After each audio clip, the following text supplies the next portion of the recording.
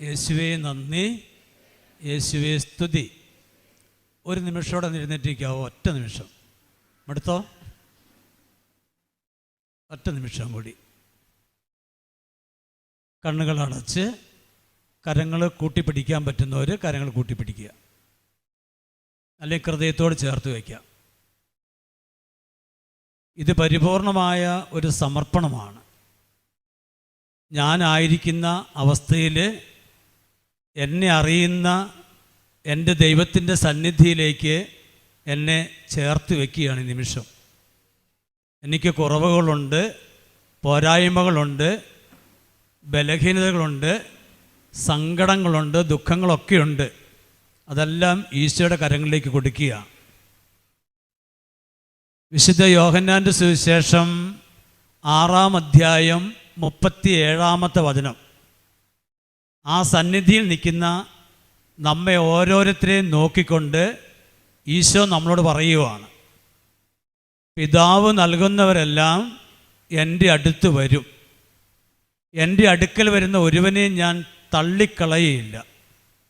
ബൈബിളിൽ ഏറ്റവും ശ്രേഷ്ഠമായ ഒരു വാഗ്ദാന വചനമാണിത്. ആരെയെല്ലാം പിതാവായ ദൈവം യേശുക്രിസ്തുവിൻ്റെ അടുക്കിലേക്ക് അയക്കുന്നുണ്ടോ അവരെ ഒരു കാരണവശാലും ഈശോ തള്ളിക്കളയില്ല എന്ന് നമുക്ക് വാഗ്ദാനം നൽകിയിട്ടുണ്ട്.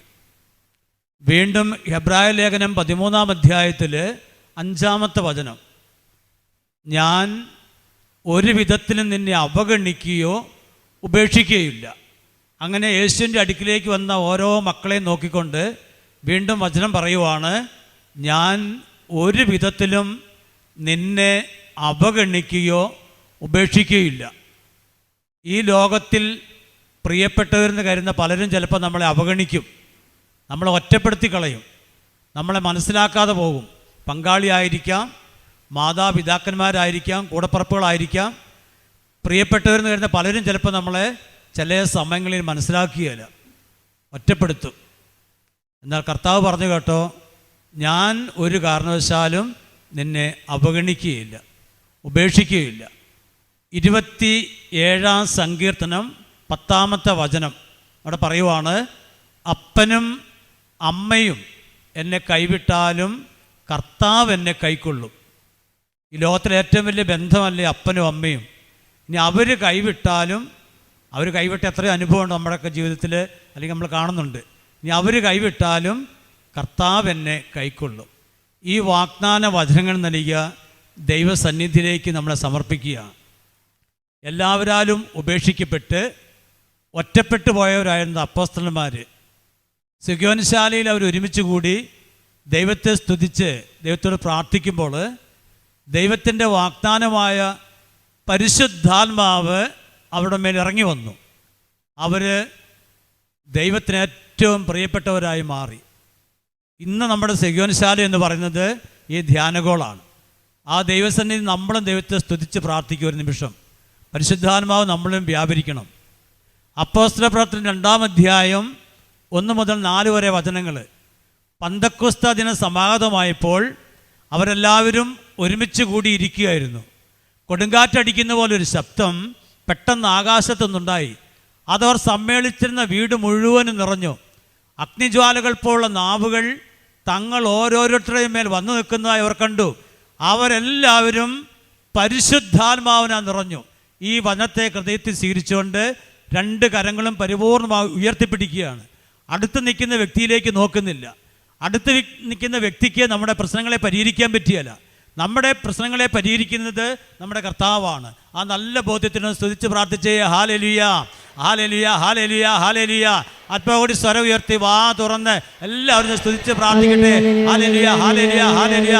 യേശു, യേശു, യേശു, യേശു. പന്തക്കോസ്ത ദിനം സമാഗതമായപ്പോൾ അവരെല്ലാവരും ഒരുമിച്ച് കൂടിയിരിക്കുകയായിരുന്നു. കൊടുങ്കാറ്റടിക്കുന്ന പോലെ ഒരു ശബ്ദം ആകാശത്തു നിന്നുണ്ടായി. അതോട് സമ്മേളിച്ചിരുന്ന വീട് മുഴുവനും നിറഞ്ഞു. അഗ്നിജ്വാലകൾ പോലുള്ള നാവുകൾ തങ്ങൾ ഓരോരുത്തരുടെ മേൽ വന്നു നിൽക്കുന്നതായി അവർ കണ്ടു.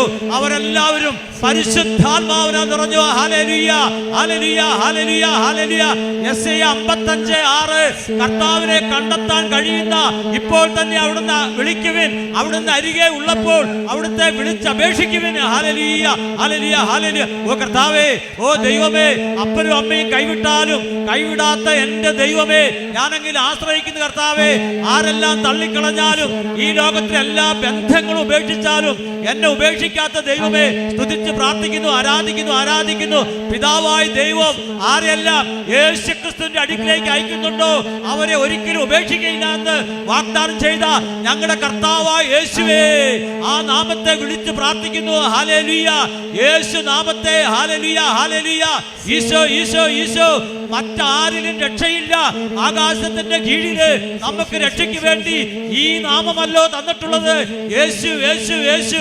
ആരാധന, ആരാധന, ആരാധന. സങ്കീർത്തനം 63:3 വചനം 3-4 വചനം പറയുന്നു, ഇതാ എന്റെ അധരം കർത്താവിനെ സ്തുതിക്കും, എന്റെ ജീവിതകാലം മുഴുവൻ ഞാൻ കർത്താവിനെ പുകഴ്ത്തും.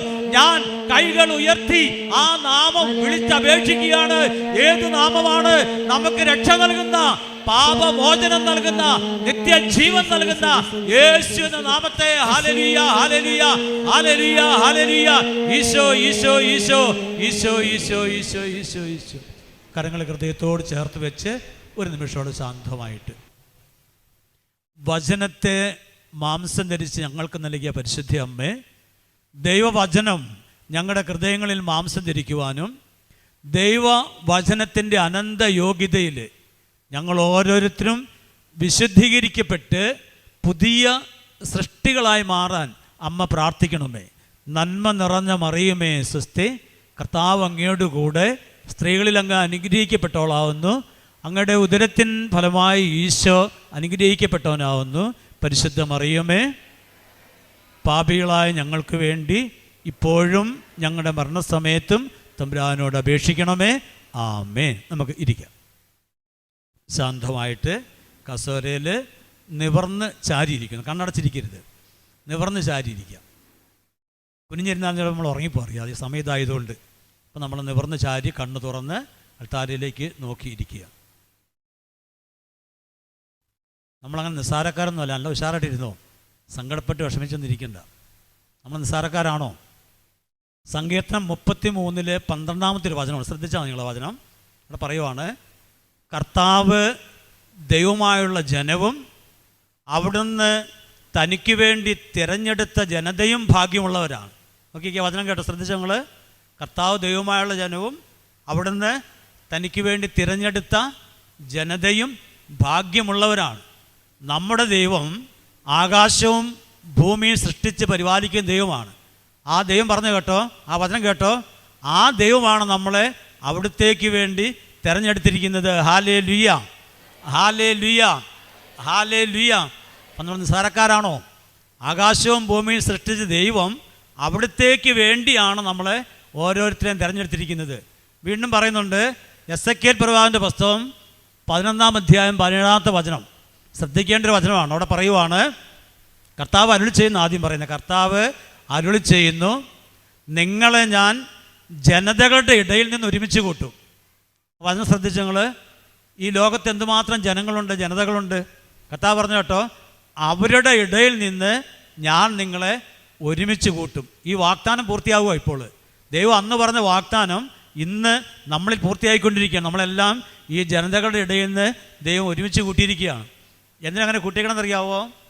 സങ്കീർത്തനം 115:12 വീണ്ടും പറയുന്നുണ്ട്, കർത്താവിന് നമ്മെക്കുറിച്ച് വിചാരമുണ്ട്, അവിടുന്ന് നമ്മെ അനുഗ്രഹിക്കും. Hallelujah, hallelujah. കർത്താവിന് നമ്മളെ ഓരോരുത്തരെയും കുറിച്ച് വിചാരമുണ്ട്, കരുതലുണ്ട്. അതുകൊണ്ട് എന്തിനാണ് കൂട്ടിയിരിക്കുന്നത്? നമ്മളെ അനുഗ്രഹിക്കാൻ വേണ്ടിയാണ്.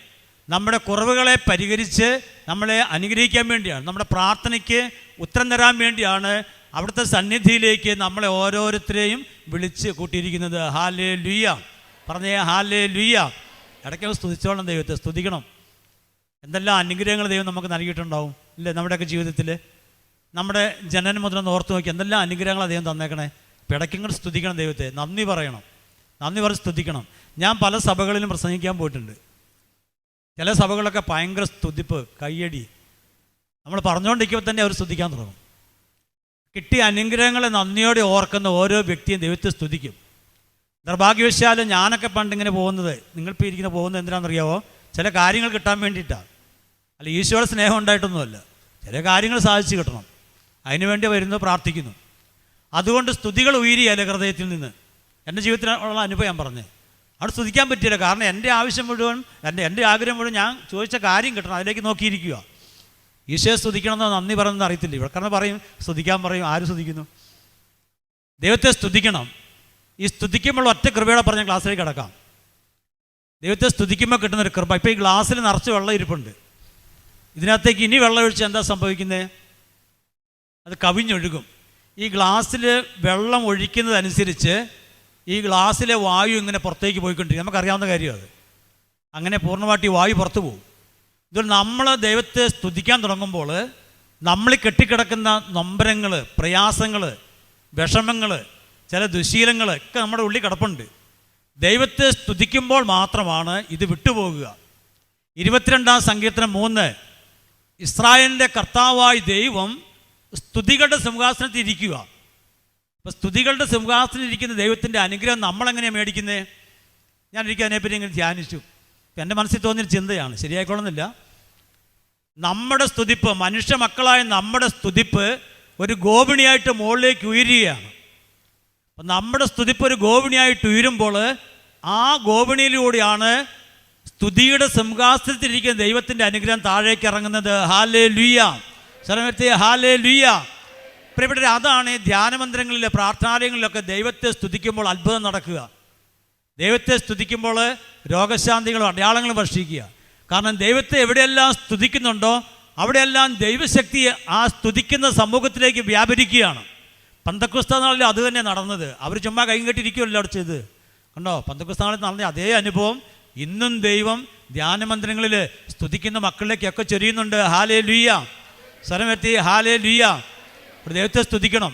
ഈ ചില നിരാശകളും ദുഃഖങ്ങളും നമ്മുടെ ഉള്ളിൽ കിടക്കുമ്പോൾ പിശാചൊരു കാര്യം നമ്മളോട് പറയും. എന്താണെന്നറിയാവോ? ഇനി നിനക്ക് രക്ഷയില്ല എന്ന് പറയും. നിർഭാഗ്യവശാൽ നമ്മളല്ല അതാ കേൾക്കുകയുള്ളൂ. സാമ്പത്തിക കടബാധ്യതയുള്ളവരുണ്ടാകാം. അവരോട് പറയുന്നു ഇനി നിൻ്റെ കടം വീടിയല്ല. തകർച്ചകളും പരാജയങ്ങളും ഉള്ളവരുണ്ടാകും. അവരോട് പറയും ഇനി നിനക്ക് ഇതിന് മോചനം ഇല്ല. പിശാച് മനസ്സിൽ മന്ത്രിച്ചുകൊണ്ടിരിക്കും.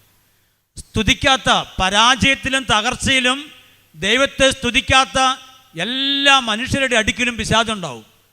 കാരണം അവനറിയാം ഇവനെ നിരാശപ്പെടുത്തി ഇവൻ്റെ ജീവൻ തട്ടിയെടുക്കാൻ വേണ്ടിയിട്ട് അവൻ കൂടെ ഉണ്ടാകുന്നതാണ്. ചിലരൊക്കെ ഈ വലിയ തകർച്ചയുടെയും പരാജയത്തിൻ്റെയും സമയത്തിൽ ചിലർ തൂങ്ങിച്ചാവും, ചിലർ വിഷം കുടിക്കും.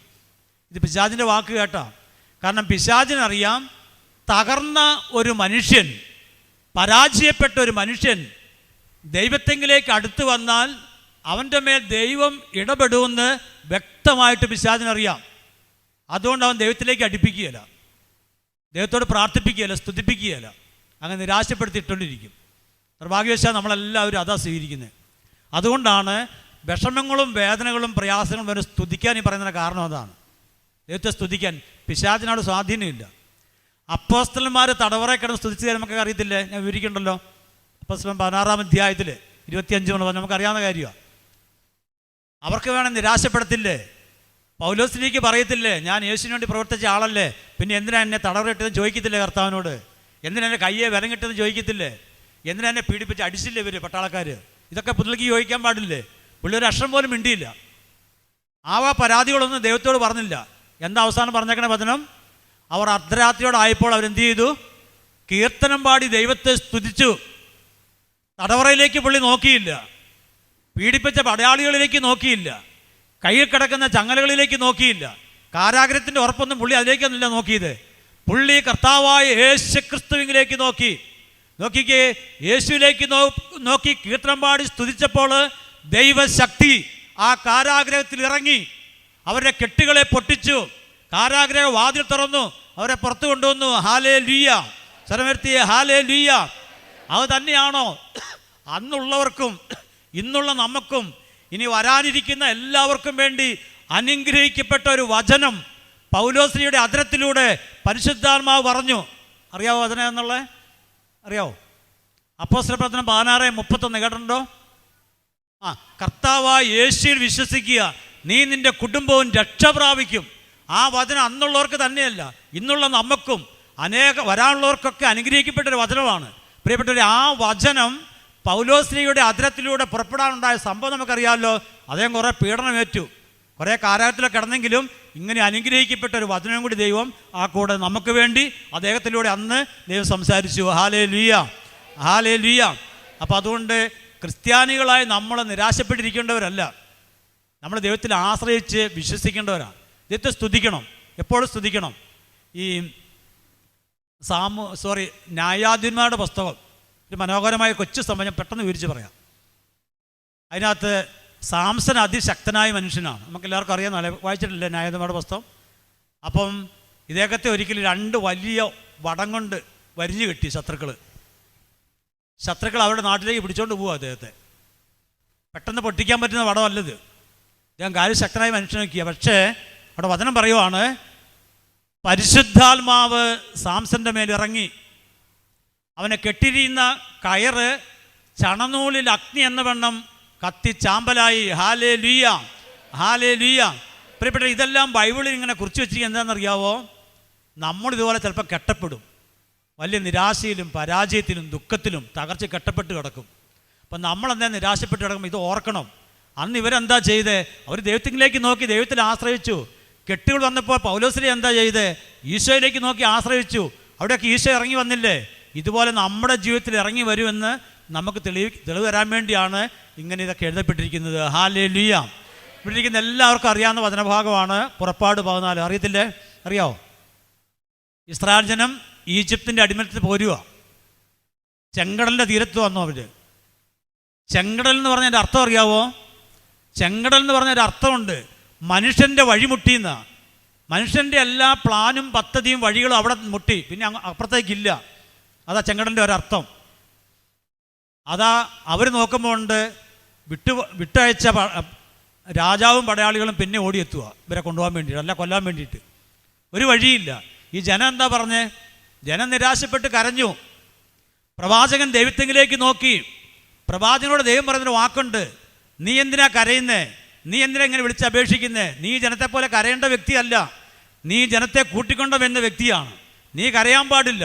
നീ വിശ്വാസപൂർവ്വം നിന്റെ കരങ്ങളിലുള്ള വടിയെടുത്ത് നീട്ടിപ്പിടിക്കുക. പ്രിയപ്പെട്ടവരെ, ആലോചിച്ച് നോക്കിയേ, അന്നുള്ളവർക്കും ഇന്നുള്ളവർക്കും നമുക്ക് ഗ്രഹിക്കാൻ പറ്റാത്ത ഒരു അത്ഭുതം അവിടെ നടക്കുന്നത്. ഇതാ ചെങ്കടൽ പകുത്തുമാറി അതിൻ്റെ മുമ്പിൽ കര തെളിഞ്ഞു. ആ കരയിലൂടെ ഈ ജനം മുഴുവനും മറുകരയെത്തി. ഹല്ലേലൂയ. ഇതെന്തിനാ ബൈബിളിൽ എഴുതി വച്ചിരിക്കുന്നത്? ഞാനൊരിക്കൽ ധ്യാനിച്ചു. ദൈവമാണ് പ്രപഞ്ചത്തിൻ്റെയും എല്ലാ സൃഷ്ടിയുടെയും ഉടമസ്ഥനും നമുക്കറിയാം, ദൈവം ശക്തനാണെന്നും അറിയാം. അതിനുവേണ്ടിയാണോ ഇത് എഴുതി വച്ചിരിക്കുന്നത്? ഇതുപോലെ പ്രിയപ്പെട്ടവരെ, നമ്മളും ചിലപ്പോൾ ചില ചെങ്കടലിൻ്റെ തീരത്ത് നിൽക്കും. നമ്മുടെ ജീവിതത്തിൽ വഴിമുട്ടിപ്പോകും. അത് സാമ്പത്തിക തകർച്ചയാകാം, ഒരു ചെങ്കടലാണ്. കടബാധ്യത ഒരിക്കലും വീട്ടാൻ പറ്റില്ല, അതൊരു ചെങ്കടലാണ്. വിവാഹം നടക്കുന്നില്ല, അതൊരു ചെങ്കടലാണ്. കുഞ്ഞുങ്ങളുണ്ടാകുന്നില്ല, അത് ചെങ്കടലാണ്. കുടുംബത്തെന്നും അസമാധാനം, എന്നും വഴക്കും ബഹളവും, ഇതൊക്കെ ഓരോ ചെങ്കടലുകളാണ് നമ്മുടെ ജീവിതത്തിൽ. അപ്പോൾ നമ്മളെന്ത് ചെയ്യണം?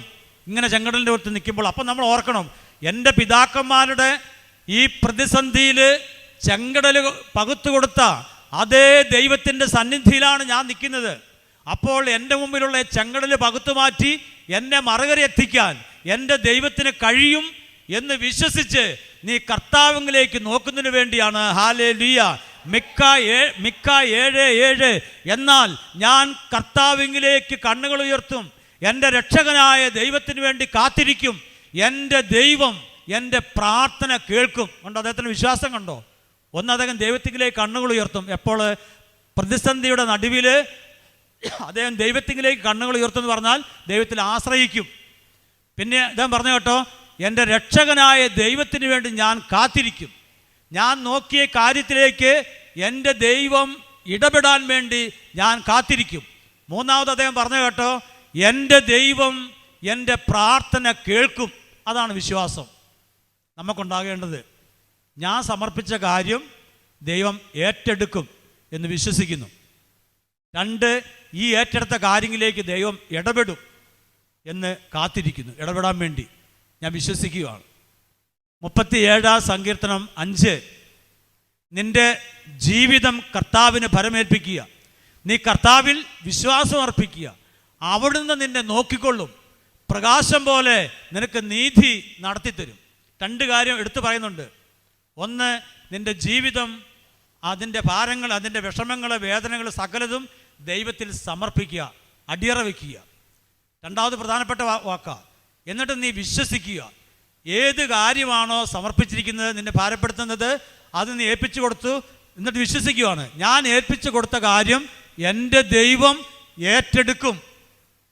അങ്ങനെ ഏറ്റെടുക്കുമെന്ന് വിശ്വസിക്കാൻ തുടങ്ങുമ്പോൾ മൂന്നാമത് പറഞ്ഞു കേട്ടോ, പ്രകാശം പോലെ നിനക്ക് നീതി നടത്തിത്തരും. ചിലപ്പോൾ നമ്മുടെയൊക്കെ ജീവിതത്തിൽ ചില ഇരുളടഞ്ഞ അവസ്ഥയാണ്. ആ ഇരുളടഞ്ഞ അവസ്ഥയിൽ ദൈവം പ്രകാശം നൽകും. ഹല്ലേലൂയ. കരങ്ങളെടുത്ത് സ്തുതിച്ച് പ്രാർത്ഥിച്ചേ. ഹല്ലേലൂയ, ഹല്ലേലൂയ. ഈശോ, ഈശോ, ഈശോ. ആരാധന, ആരാധന.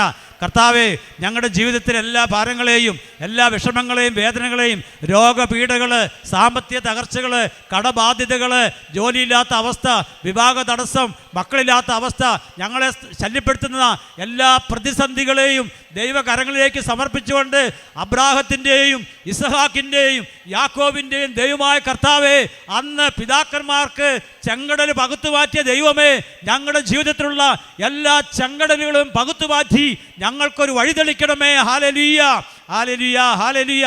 ഈശോ, ഈശോ, ഈശോ, ഈശോ. ആരാധന. കരങ്ങൾ താത്തിയിടാം. റൂത്തിൻ്റെ പുസ്തകം വായിച്ചിട്ടുള്ളവരുണ്ടോ? പഴയ നിയമത്തിൽ കുറേ പേര് വായിച്ചിട്ടുണ്ട്. കുറച്ച് എല്ലാവരും ബൈബിൾ വായിക്കണം. റൂത്തിൻ്റെ പുസ്തകം, എസ്തേറിൻ്റെ പുസ്തകം, യൂദിത്ത്. പഴയ നിയമത്തിലെ 3 പുസ്തകങ്ങളാണ്: റൂത്ത്, എസ്തേർ, യൂദിത്ത്. ഇത് 3 വായിക്കുന്നത് നല്ലതാണ്. അത് വായിച്ച് നമ്മൾ തീരാതെ കയ്യിൽ നിന്ന് വെക്കുകയില്ല. മനോഹരമായ പുസ്തകമാണ്. പ്രത്യേകിച്ച് കുടുംബജീവിതക്കാരായി നമ്മളൊക്കെ അത് വായിക്കുന്നത് നല്ലതാണ്. അപ്പോൾ ഈ റൂത്തിൻ്റെ പുസ്തകത്തിൽ 2-ാം അധ്യായത്തിലെ 12-ാമത്തെ വചനം നിങ്ങൾ വചന ശ്രദ്ധയോടെ കേട്ടുകൊള്ളുക. അവിടെ പറയുവാണ്, നിൻ്റെ പ്രവൃത്തികൾക്ക് കർത്താവ് പ്രതിഫലം നൽകും. അല്ലേ? അങ്ങനെയല്ലേ? രണ്ടാമത് പറയുന്ന വചനം പ്രത്യേകം ഒന്നോടെ എടുത്ത് കേട്ടോളണം. ആദ്യം ഇത് പറഞ്ഞിട്ട് രണ്ടാമത് പറയുവാണ്, നീ അഭയം പ്രാപിച്ചിരിക്കുന്ന ഇസ്രായേലിൻ്റെ കർത്താവായ ദൈവം നിന്നെ സമൃദ്ധമായി അനുഗ്രഹിക്കും. ഇതാണ് വചനം. വായിച്ചിട്ടുള്ളവരുണ്ട്, കേട്ടിട്ടുള്ളവരുണ്ട്, അല്ല ഇപ്പം കേട്ടവരുണ്ട്. പ്രിയപ്പെട്ട, ഇനി നമ്മൾ ചിന്തിക്കേണ്ട വിഷയത്തിലേക്ക് വരികയാണ്. റൂത്ത് ഈ വചനം കേൾക്കുമ്പോൾ റൂത്തിൻ്റെ അവസ്ഥ എന്തായിരുന്നു? റൂത്തിൻ്റെ ഭർത്താവ് മരിച്ചുപോയി, ജീവിക്കാൻ ഒരു വഴിയില്ല, ഒരു മാർഗവും ഇല്ല. റൂത്ത് അമ്മായിമ്മയോടൊപ്പം ജീവിക്കുകയാണ്. അമ്മായിമ്മ ഉപേക്ഷിച്ചില്ല. അവൾ ഇന്നുള്ളവളെ ഇട്ടിട്ടൊന്നും പോയില്ല. കാരണം അവൾക്കറിയാം, ഞാൻ ഇട്ടേറ്റ് പോയാൽ എൻ്റെ അമ്മായിമ്മയ്ക്ക് ആരുമില്ല. അതുകൊണ്ട് അവളുടെ ജീവിതം നഷ്ടപ്പെടുത്തിയാലും വേണ്ടില്ല, അമ്മായിമ്മയെ ഞാൻ ഉപേക്ഷിക്കുകയില്ല. ഭർത്താവിൻ്റെ അമ്മയാണ്, അത് എൻ്റെ അമ്മയാണ്. ഞാൻ പോയി കഴിഞ്ഞാൽ എനിക്കൊരു വേറെ വിവാഹം കഴിക്കാം, പക്ഷേ എൻ്റെ അമ്മയ്ക്ക് ആരുമില്ല. അതാണ് റൂത്തിനെ പിടിച്ചു നിർത്തിയത്. ഞാൻ പോയാൽ എനിക്ക് വിവാഹം കഴിക്കുക ഇനിയും, പക്ഷേ എൻ്റെ അമ്മയ്ക്ക് ആരുമില്ല. ഞാൻ പോയ അമ്മയ്ക്ക് ആരുമില്ല. ആ ഒറ്റ ചിന്തയിലവിടെ നിന്നത്. ജീവിക്കാനൊരു വഴിയില്ല. അന്യൻ്റെ വയലുകളിൽ പോയി കാലപിറക്കി അതുകൊണ്ട് അവർ രണ്ടുപേരും ജീവിക്കുന്നത്. പക്ഷെ വചനം കേട്ടോ, നീ അഭയം പ്രാപിച്ചിരിക്കുന്ന ദൈവം നിന്നെ അനുഗ്രഹിക്കും. നിൻ്റെ പ്രവൃത്തികൾക്ക് നിനക്ക് പ്രതിഫലം ലഭിക്കും. അവിടെ പ്രവൃത്തി എന്തായിരുന്നു? അവിടെ പ്രവൃത്തി അമ്മയെ കൈവിടാതെ അമ്മയെ ചേർത്ത് പിടിച്ചു. ഭർത്താവ് മരിച്ചു പോയെങ്കിലും വിശുദ്ധയായിട്ട്, വിശ്വസ്തതയായിട്ട് അവൾ ജീവിച്ചു. അതിനേക്കാൾ എല്ലാം ഉപരി അവൾ ദൈവത്തിൽ അഭയം പ്രാപിച്ചിരുന്നു. ആ തകർച്ചയിലും ആ പരാജയത്തിലും ആ നഷ്ടപ്പെടലും പ്രതീക്ഷയ്ക്ക് വകയൊന്നുമില്ല. എങ്കിലും അവൾ ദൈവത്തിൽ അഭയം പ്രാപിച്ചു. അതല്ലേ വചനം അങ്ങനെ പറയുന്നത്. നമ്മുടെ ജീവിതത്തിൽ എങ്ങനെയായിരിക്കും? ഇപ്പം എൻ്റെയൊക്കെ ജീവിതത്തിൽ നഷ്ടങ്ങൾ വന്നാൽ അതോടുകൂടി ദൈവത്തിന് പണിയും തീർന്നു. പിന്നെ ദൈവമില്ല.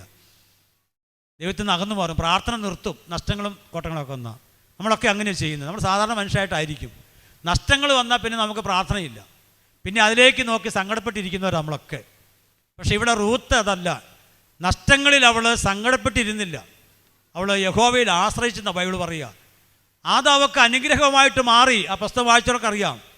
ആ നാട്ടിലെ സമ്പന്നനായ ഒരു മനുഷ്യൻ അവളെ വിവാഹം കഴിച്ചു. അതുകൊണ്ട് തീർന്നോ? നമ്മുടെ കർത്താവിൻ്റെ വംശപരമ്പര എന്ന് എടുത്ത് വായിച്ചു നോക്കിക്കേ. മത്തായിയുടെ സുവിശേഷത്തിൽ അതിൽ റൂത്തിൻ്റെ പേര് എഴുതി വെച്ചു. ഹല്ലേലൂയ. അവളൊരു വിജാതീയ സ്ത്രീയാണ്, യഹൂദ സ്ത്രീ അല്ല. അവളുടെ പേര് വംശപരമ്പരയിൽ കിടക്കുന്നു. റൂത്തിൻ്റെ വംശപരമ്പരയിലുണ്ട് റൂത്തിൻ്റെ പേര്. എപ്പോഴാണ് അതൊക്കെ അനുഗ്രഹം പ്രാപിച്ചത്? എല്ലാം ഉള്ള സമയത്താണ് അവൾ ആശ്രയിച്ചത്. എല്ലാം നഷ്ടപ്പെട്ടപ്പോഴും പ്രതീക്ഷയ്ക്ക് വകയില്ലാതിരിക്കുമ്പോഴും അവൾക്ക് ദൈവത്തിൽ ആശ്രയിക്കാൻ പറ്റി. നമ്മുടെ ജീവിതം അങ്ങനെയല്ല. നമ്മൾ നഷ്ടപ്പെടുമ്പോൾ അവിടെയും പഴി പറഞ്ഞു, അവർ കാരണമാണ്, ഇവർ കാരണം എന്ന് പറഞ്ഞ് പഴിയും പറഞ്ഞ് മറ്റുള്ളവരെയും കുറ്റപ്പെടുത്തി, വേണമെങ്കിൽ ദൈവത്തെയും കുറ്റപ്പെടുത്തും. ഇനിയിപ്പോൾ ഇവിടെ വന്ന് പറ്റിയില്ല, അടുത്ത ധ്യാന സെൻ്ററിൽ പോകും. പക്ഷെ നമ്മൾ ദൈവത്തിൽ യഥാർത്ഥത്തിൽ വിശ്വസിച്ച് ആശ്രയിക്കുന്നില്ല. എൻ്റെ ദൈവം എൻ്റെ പ്രാർത്ഥന കേൾക്കുമെന്ന് വിശ്വസിക്കുന്നില്ല. ഹല്ലേലൂയ. ഇവിടെ ഇരിക്കുന്ന എല്ലാവർക്കും, മറ്റു മാത്രപ്പെട്ടവരുണ്ടോ എനിക്ക് അറിഞ്ഞുകൂടാ, ഇവിടെ ഇരിക്കുന്ന എല്ലാവർക്കും തന്നെ ജോബിനെ പറ്റി അറിയാം. ജോബിനെ പറ്റി അറിയാത്തില്ല, എവിടെയും പ്രസംഗിച്ചിലും കേട്ടിട്ടുണ്ടാവും. ഞാൻ ഈ ജോബിൻ്റെ വസ്തു ഇടയ്ക്കിടയ്ക്ക് വായിക്കുമായിരുന്നു. എല്ലാം നഷ്ടപ്പെട്ട ഒരു മനുഷ്യൻ, എല്ലാം ഉണ്ടായിരുന്നു, പക്ഷേ എല്ലാം നഷ്ടപ്പെട്ടു, ഒന്നുമില്ല. ആരെയൊക്കെ പ്രതീക്ഷയുണ്ടായിരുന്നു അവരെല്ലാം ഇയാൾ ഉപേക്ഷിച്ചു. നിങ്ങളൊന്ന് ആലോചിച്ച് നോക്കി. ഒരു ഭർത്താവിനെ സംബന്ധിച്ച്, ഞാനിപ്പോൾ ഒരു ഭർത്താവാണ്, ഒരു ഭർത്താവിനെ സംബന്ധിച്ചോളം പരാജയത്തിലും തകർച്ചയിലും അവൻ ഏറ്റവും കൂടുതൽ താങ്ങാൻ നിൽക്കുന്ന ആരാന്നറിയാവോ? അച്ഛനാണോ? എടപ്പള്ളിയിൽ അച്ഛനാണോ? ധ്യാനഗുരുവാണോ? അവൻ ഏറ്റവും താങ്ങാൻ നിൽക്കേണ്ടത് അവൻ്റെ ഭാര്യയാണ്. ജോബിനെ സർവ്വതും ഉപേക്ഷിച്ചപ്പോൾ ജോബിൻ്റെ ഉള്ളിൽ പ്രതീക്ഷയുണ്ട്. ആരാ കൂടെയുള്ളത്? ഭാര്യ കൂടെയുള്ളത്. പക്ഷേ എൻ്റെ 2-ാമത്തെ അധ്യായം വായിക്കുമ്പോൾ നമുക്ക് സങ്കടം തോന്നും. ജോബിനോട് വന്നിട്ട് ഭാര്യ പറഞ്ഞൊരു വാക്കുണ്ട്, താങ്ങാൻ നിൽക്കേണ്ട ഭാര്യ പറയുവാണ്, നിങ്ങൾ ഇനിയും ദൈവത്തെ വിശ്വസിച്ചുകൊണ്ട് കാത്തിരിക്കുകയാണ്, ദൈവത്തെ ഉപേക്ഷിക്കുക. എന്നിട്ട് പോയി ചാവാൻ പറഞ്ഞു, അതായത് ആത്മഹത്യ ചെയ്യാൻ. അപ്പം അവൻ്റെ ആത്മാവിന് രക്ഷപ്പെടാൻ പാടില്ല. ഇതാണ് ഭാര്യയുടെ സപ്പോർട്ട്. പക്ഷേ ആ മനുഷ്യൻ പതറിയില്ല. ഞാനൊരിക്കലും ഈ ഒറ്റ ഭാഗം മാത്രം എടുത്ത് വെച്ച് ധ്യാനിച്ചു. രാത്രിയിൽ ആരും ഇല്ലായിരുന്നു സ്റ്റാപ്പലിൽ. ഞാൻ ഈ ബൈബിൾ തുറന്ന് വെച്ച് എന്തായിരിക്കും ജോബ് ഉപേക്ഷിക്കാത്തത്? ജോബിൻ്റെ ഭാര്യ ദൈവത്തെ പറയാനുള്ള കാരണം, ജോബ് തള്ളി പറയാത്തത്. എനിക്ക് തോന്നിയൊരു ചിന്തയാണ്, ശരിയായിക്കോണമെന്നില്ല. പ്രിയപ്പെട്ടവരെ, ജോബ് ആ സഹനവേളയിൽ എല്ലാം നഷ്ടപ്പെട്ടപ്പോഴും ജോബിൻ്റെ ഉള്ളിൽ ഒരു പ്രത്യാശയുണ്ട്. ജോബിൻ്റെ ഉള്ളിൽ ഒരു വലിയ കാഴ്ചപ്പാടുണ്ട്. ഈ നഷ്ടപ്പെട്ടതെല്ലാം എൻ്റെ കഴിവുകൊണ്ടുണ്ടായതല്ല, ഈ നഷ്ടപ്പെട്ടതെല്ലാം ദൈവം എനിക്ക് തന്നതാണ്. അങ്ങനെ ദൈവം തന്നതെല്ലാം നഷ്ടപ്പെട്ടു പോയെങ്കിൽ അത് വീണ്ടും തരാൻ എൻ്റെ ദൈവത്തിന് കഴിയും. Hallelujah, hallelujah. തനിക്കുള്ളതിൻ്റെ എല്ലാം ഉടമസ്ഥ അവകാശം ദൈവം ജോബ് ദൈവത്തിൽ സമർപ്പിച്ചു, ദൈവത്തിൻ്റെ കരങ്ങളിൽ നിന്ന് സ്വീകരിച്ചു. അതുകൊണ്ട് നഷ്ടപ്പെട്ടതിലേക്ക് നോക്കി ജോബ് സങ്കടപ്പെട്ടില്ല, ജോബ് നിരാശപ്പെട്ടില്ല. കാരണം ഇതെല്ലാം തന്ന ദൈവമല്ലേ, ആ ദൈവത്തിൽ വീണ്ടും തരാൻ പറ്റിയല്ലേ. എന്നാൽ ജോബിൻ്റെ ഭാര്യ നേരെ തിരിച്ചാണ് ചിന്തിച്ചത്. ഈ നഷ്ടപ്പെട്ടതെല്ലാം ഞങ്ങളുടെ അധ്വാനം കൊണ്ടും ഞങ്ങളുടെ കഷ്ടപ്പാടാണ്, ഞങ്ങളുടെ കഴിവുകൊണ്ടുണ്ടായതാണ് ഇതെല്ലാം. അതെല്ലാം നഷ്ടപ്പെട്ടപ്പോൾ ദൈവത്തെ അതെല്ലാം നഷ്ടപ്പെടുത്തിയവനായി കണ്ടുകൊണ്ട് ദൈവത്തെ ശപിച്ചു. സ്വന്തം കഴിവിലും സ്വന്തം ശക്തിയിലും അവൾ ആശ്രയിച്ചു. അതുകൊണ്ട് അവൾക്ക് ദൈവത്തെ തള്ളിപ്പറയാൻ പറ്റി. അല്ലെ തള്ളിപ്പറയുകയല്ല, ജോബ് തള്ളിപ്പറഞ്ഞില്ല.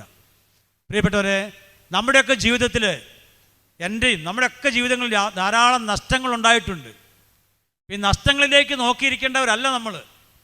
പിന്നെ എന്താ, ഈ നഷ്ടങ്ങളെ നേട്ടങ്ങളാക്കാൻ കഴിയുന്ന ഒരു ദൈവമുണ്ട്.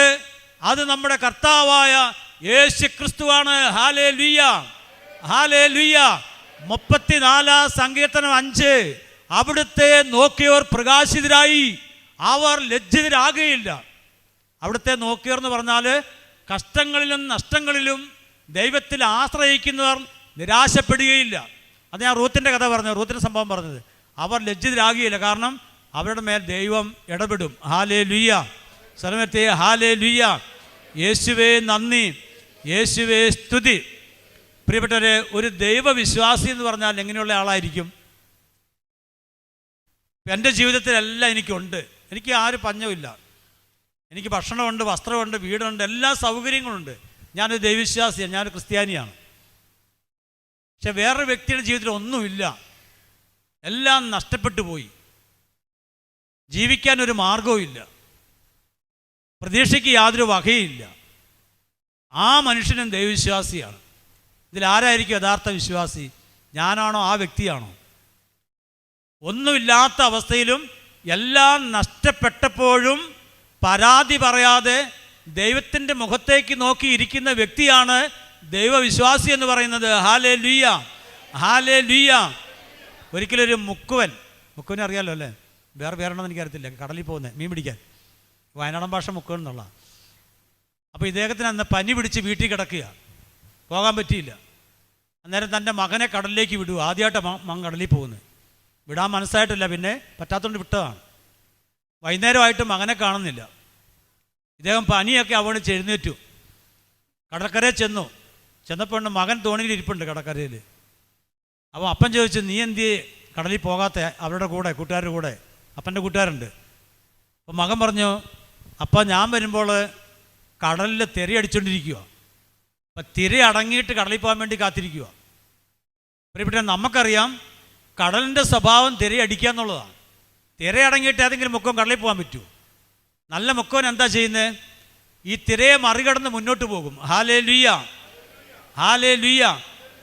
പ്രിയപ്പെട്ടവരെ, അതുപോലെ ജീവിതത്തിലെ ക്ലേശങ്ങളൊന്നും ഇല്ലാതിരുന്നിട്ട്, സങ്കടങ്ങളും സഹനങ്ങളൊന്നും ഇല്ലാതിരുന്നിട്ട് ദൈവത്തെ ആരാധിക്കാൻ പറ്റിയല്ല, ദൈവത്തെ വിശ്വസിക്കാൻ പറ്റിയല്ല. പക്ഷേ ഒരു വിശ്വാസി എന്ന് പറയുന്നത് ഇതാ ജീവിതത്തെ തിരയടിക്കുമ്പോഴും വിവിധ സഹനങ്ങളായ തിരകൾ അടിച്ചു വരുമ്പോഴും അതിനെ മറികടന്ന് കർത്താവിൽ ശരണപ്പെടുന്ന വ്യക്തിയാണ് വിശ്വാസി എന്ന് പറയുന്നത്. ഹല്ലേലൂയ, ശരണവ്യക്തി. ഹല്ലേലൂയ, യേശുവേ നന്ദി. അങ്ങനെയുള്ളവരെയാണ് ദൈവം നോക്കിയിരിക്കുന്നത്. ജോബ് എവിടം വരെ സഹിച്ചു, ദൈവം നോക്കിയിരുന്നില്ലേ? പ്രിയപ്പെട്ട, ജോബിനെല്ലാം തിരിച്ചു കൊടുത്തായിട്ട് വായിച്ചവർക്കറിയാം, എല്ലാം തിരിച്ചു കൊടുത്തു. അതല്ല ഞാൻ പറയാൻ പോകുന്ന വിഷയം. എന്തുകൊണ്ടാണ് ജോബിനെല്ലാം ദൈവം തിരിച്ചു കൊടുത്തത്? ജോബിൻ്റെ സങ്കടം കണ്ടുകൊണ്ടാണോ? ജോബിൻ്റെ കണ്ണീര് കണ്ടുകൊണ്ടാണോ ദൈവം എല്ലാം തിരിച്ചു കൊടുത്തത്? ജോബിൻ്റെ വസ്തു 1-ാം അധ്യായത്തിൽ 1-ാമത്തെ വചനം വായിക്കുന്നവർക്കറിയാം, ജോബ് ദൈവഭയമുള്ളവനായിരുന്നു, ദൈവഭക്തനായിരുന്നു, അവൻ നീതിമാനായിരുന്നു, നിഷ്കളങ്കനായിരുന്നു. നോക്കിക്കേ, ആ സമയങ്ങളിലും തൻ്റെ ഭക്തനായ മനുഷ്യൻ അവൻ നീതിമാനാണ്, നിഷ്കളങ്കനാണ്. അതാ ധാരാളം തിരകൾ അടിച്ചു വന്നിട്ടും അവൻ ദൈവത്തെ മാത്രം നോക്കി. അതുകൊണ്ട് നീതിമാനും നിഷ്കളങ്കനും ദൈവഭക്തനുമായ ആ മനുഷ്യൻ്റെ ജീവിതത്തിലേക്ക് ദൈവം വീണ്ടും അനുഗ്രഹങ്ങൾ ചൊരിഞ്ഞു. Hallelujah, hallelujah. ഒന്ന് സ്തുതിച്ച് പ്രാർത്ഥിച്ചേ. ഹല്ലേലൂയ, ഹല്ലേലൂയ. സ്തുതിച്ച് പ്രാർത്ഥിച്ച് എല്ലാവരും വാതുറന്ന് സ്തുതിക്കട്ടെ, ദൈവത്തെ സ്തുതിക്കട്ടെ. തകർച്ചകളിൽ, പരാജയങ്ങളിൽ, എല്ലാ സ്ഥലങ്ങളിലും ദൈവത്തെ സ്തുതിക്കട്ടെ. ദൈവശക്തി വ്യാപരിക്കട്ടെ. ഹല്ലേലൂയ, ഹല്ലേലൂയ. ഓ കർത്താവേ, പന്തക്കുസ്ത നാളില് സിയോൻ ശാലയില് ആഞ്ഞു വീശി ആത്മീയ കൊടുങ്കാറ്റ് ഇവിടെ വ്യാപിക്കട്ടെ, ഇവിടെ വ്യാപരിക്കട്ടെ. സ്തുതിച്ച് പ്രാർത്ഥിക്കുന്ന ഓരോ വ്യക്തികളിലേക്കും ദൈവശക്തി വ്യാപരിക്കട്ടെ. ഹല്ലേലൂയ, ഹല്ലേലൂയ, ഹല്ലേലൂയ. ഈശോ, ഈശോ, ഈശോ, ഈശോ, ഈശോ. അപ്പോൾ പ്രിയപ്പെട്ടവരെ, അതിൽ നമുക്കൊരു സന്ദേശമില്ലേ? ഞാനിത് വായിച്ചപ്പോൾ എനിക്ക് സന്ദേശം കിട്ടി. ഇപ്പം നമ്മൾ ആരായിരിക്കണം ദൈവത്തിന് മുമ്പിൽ?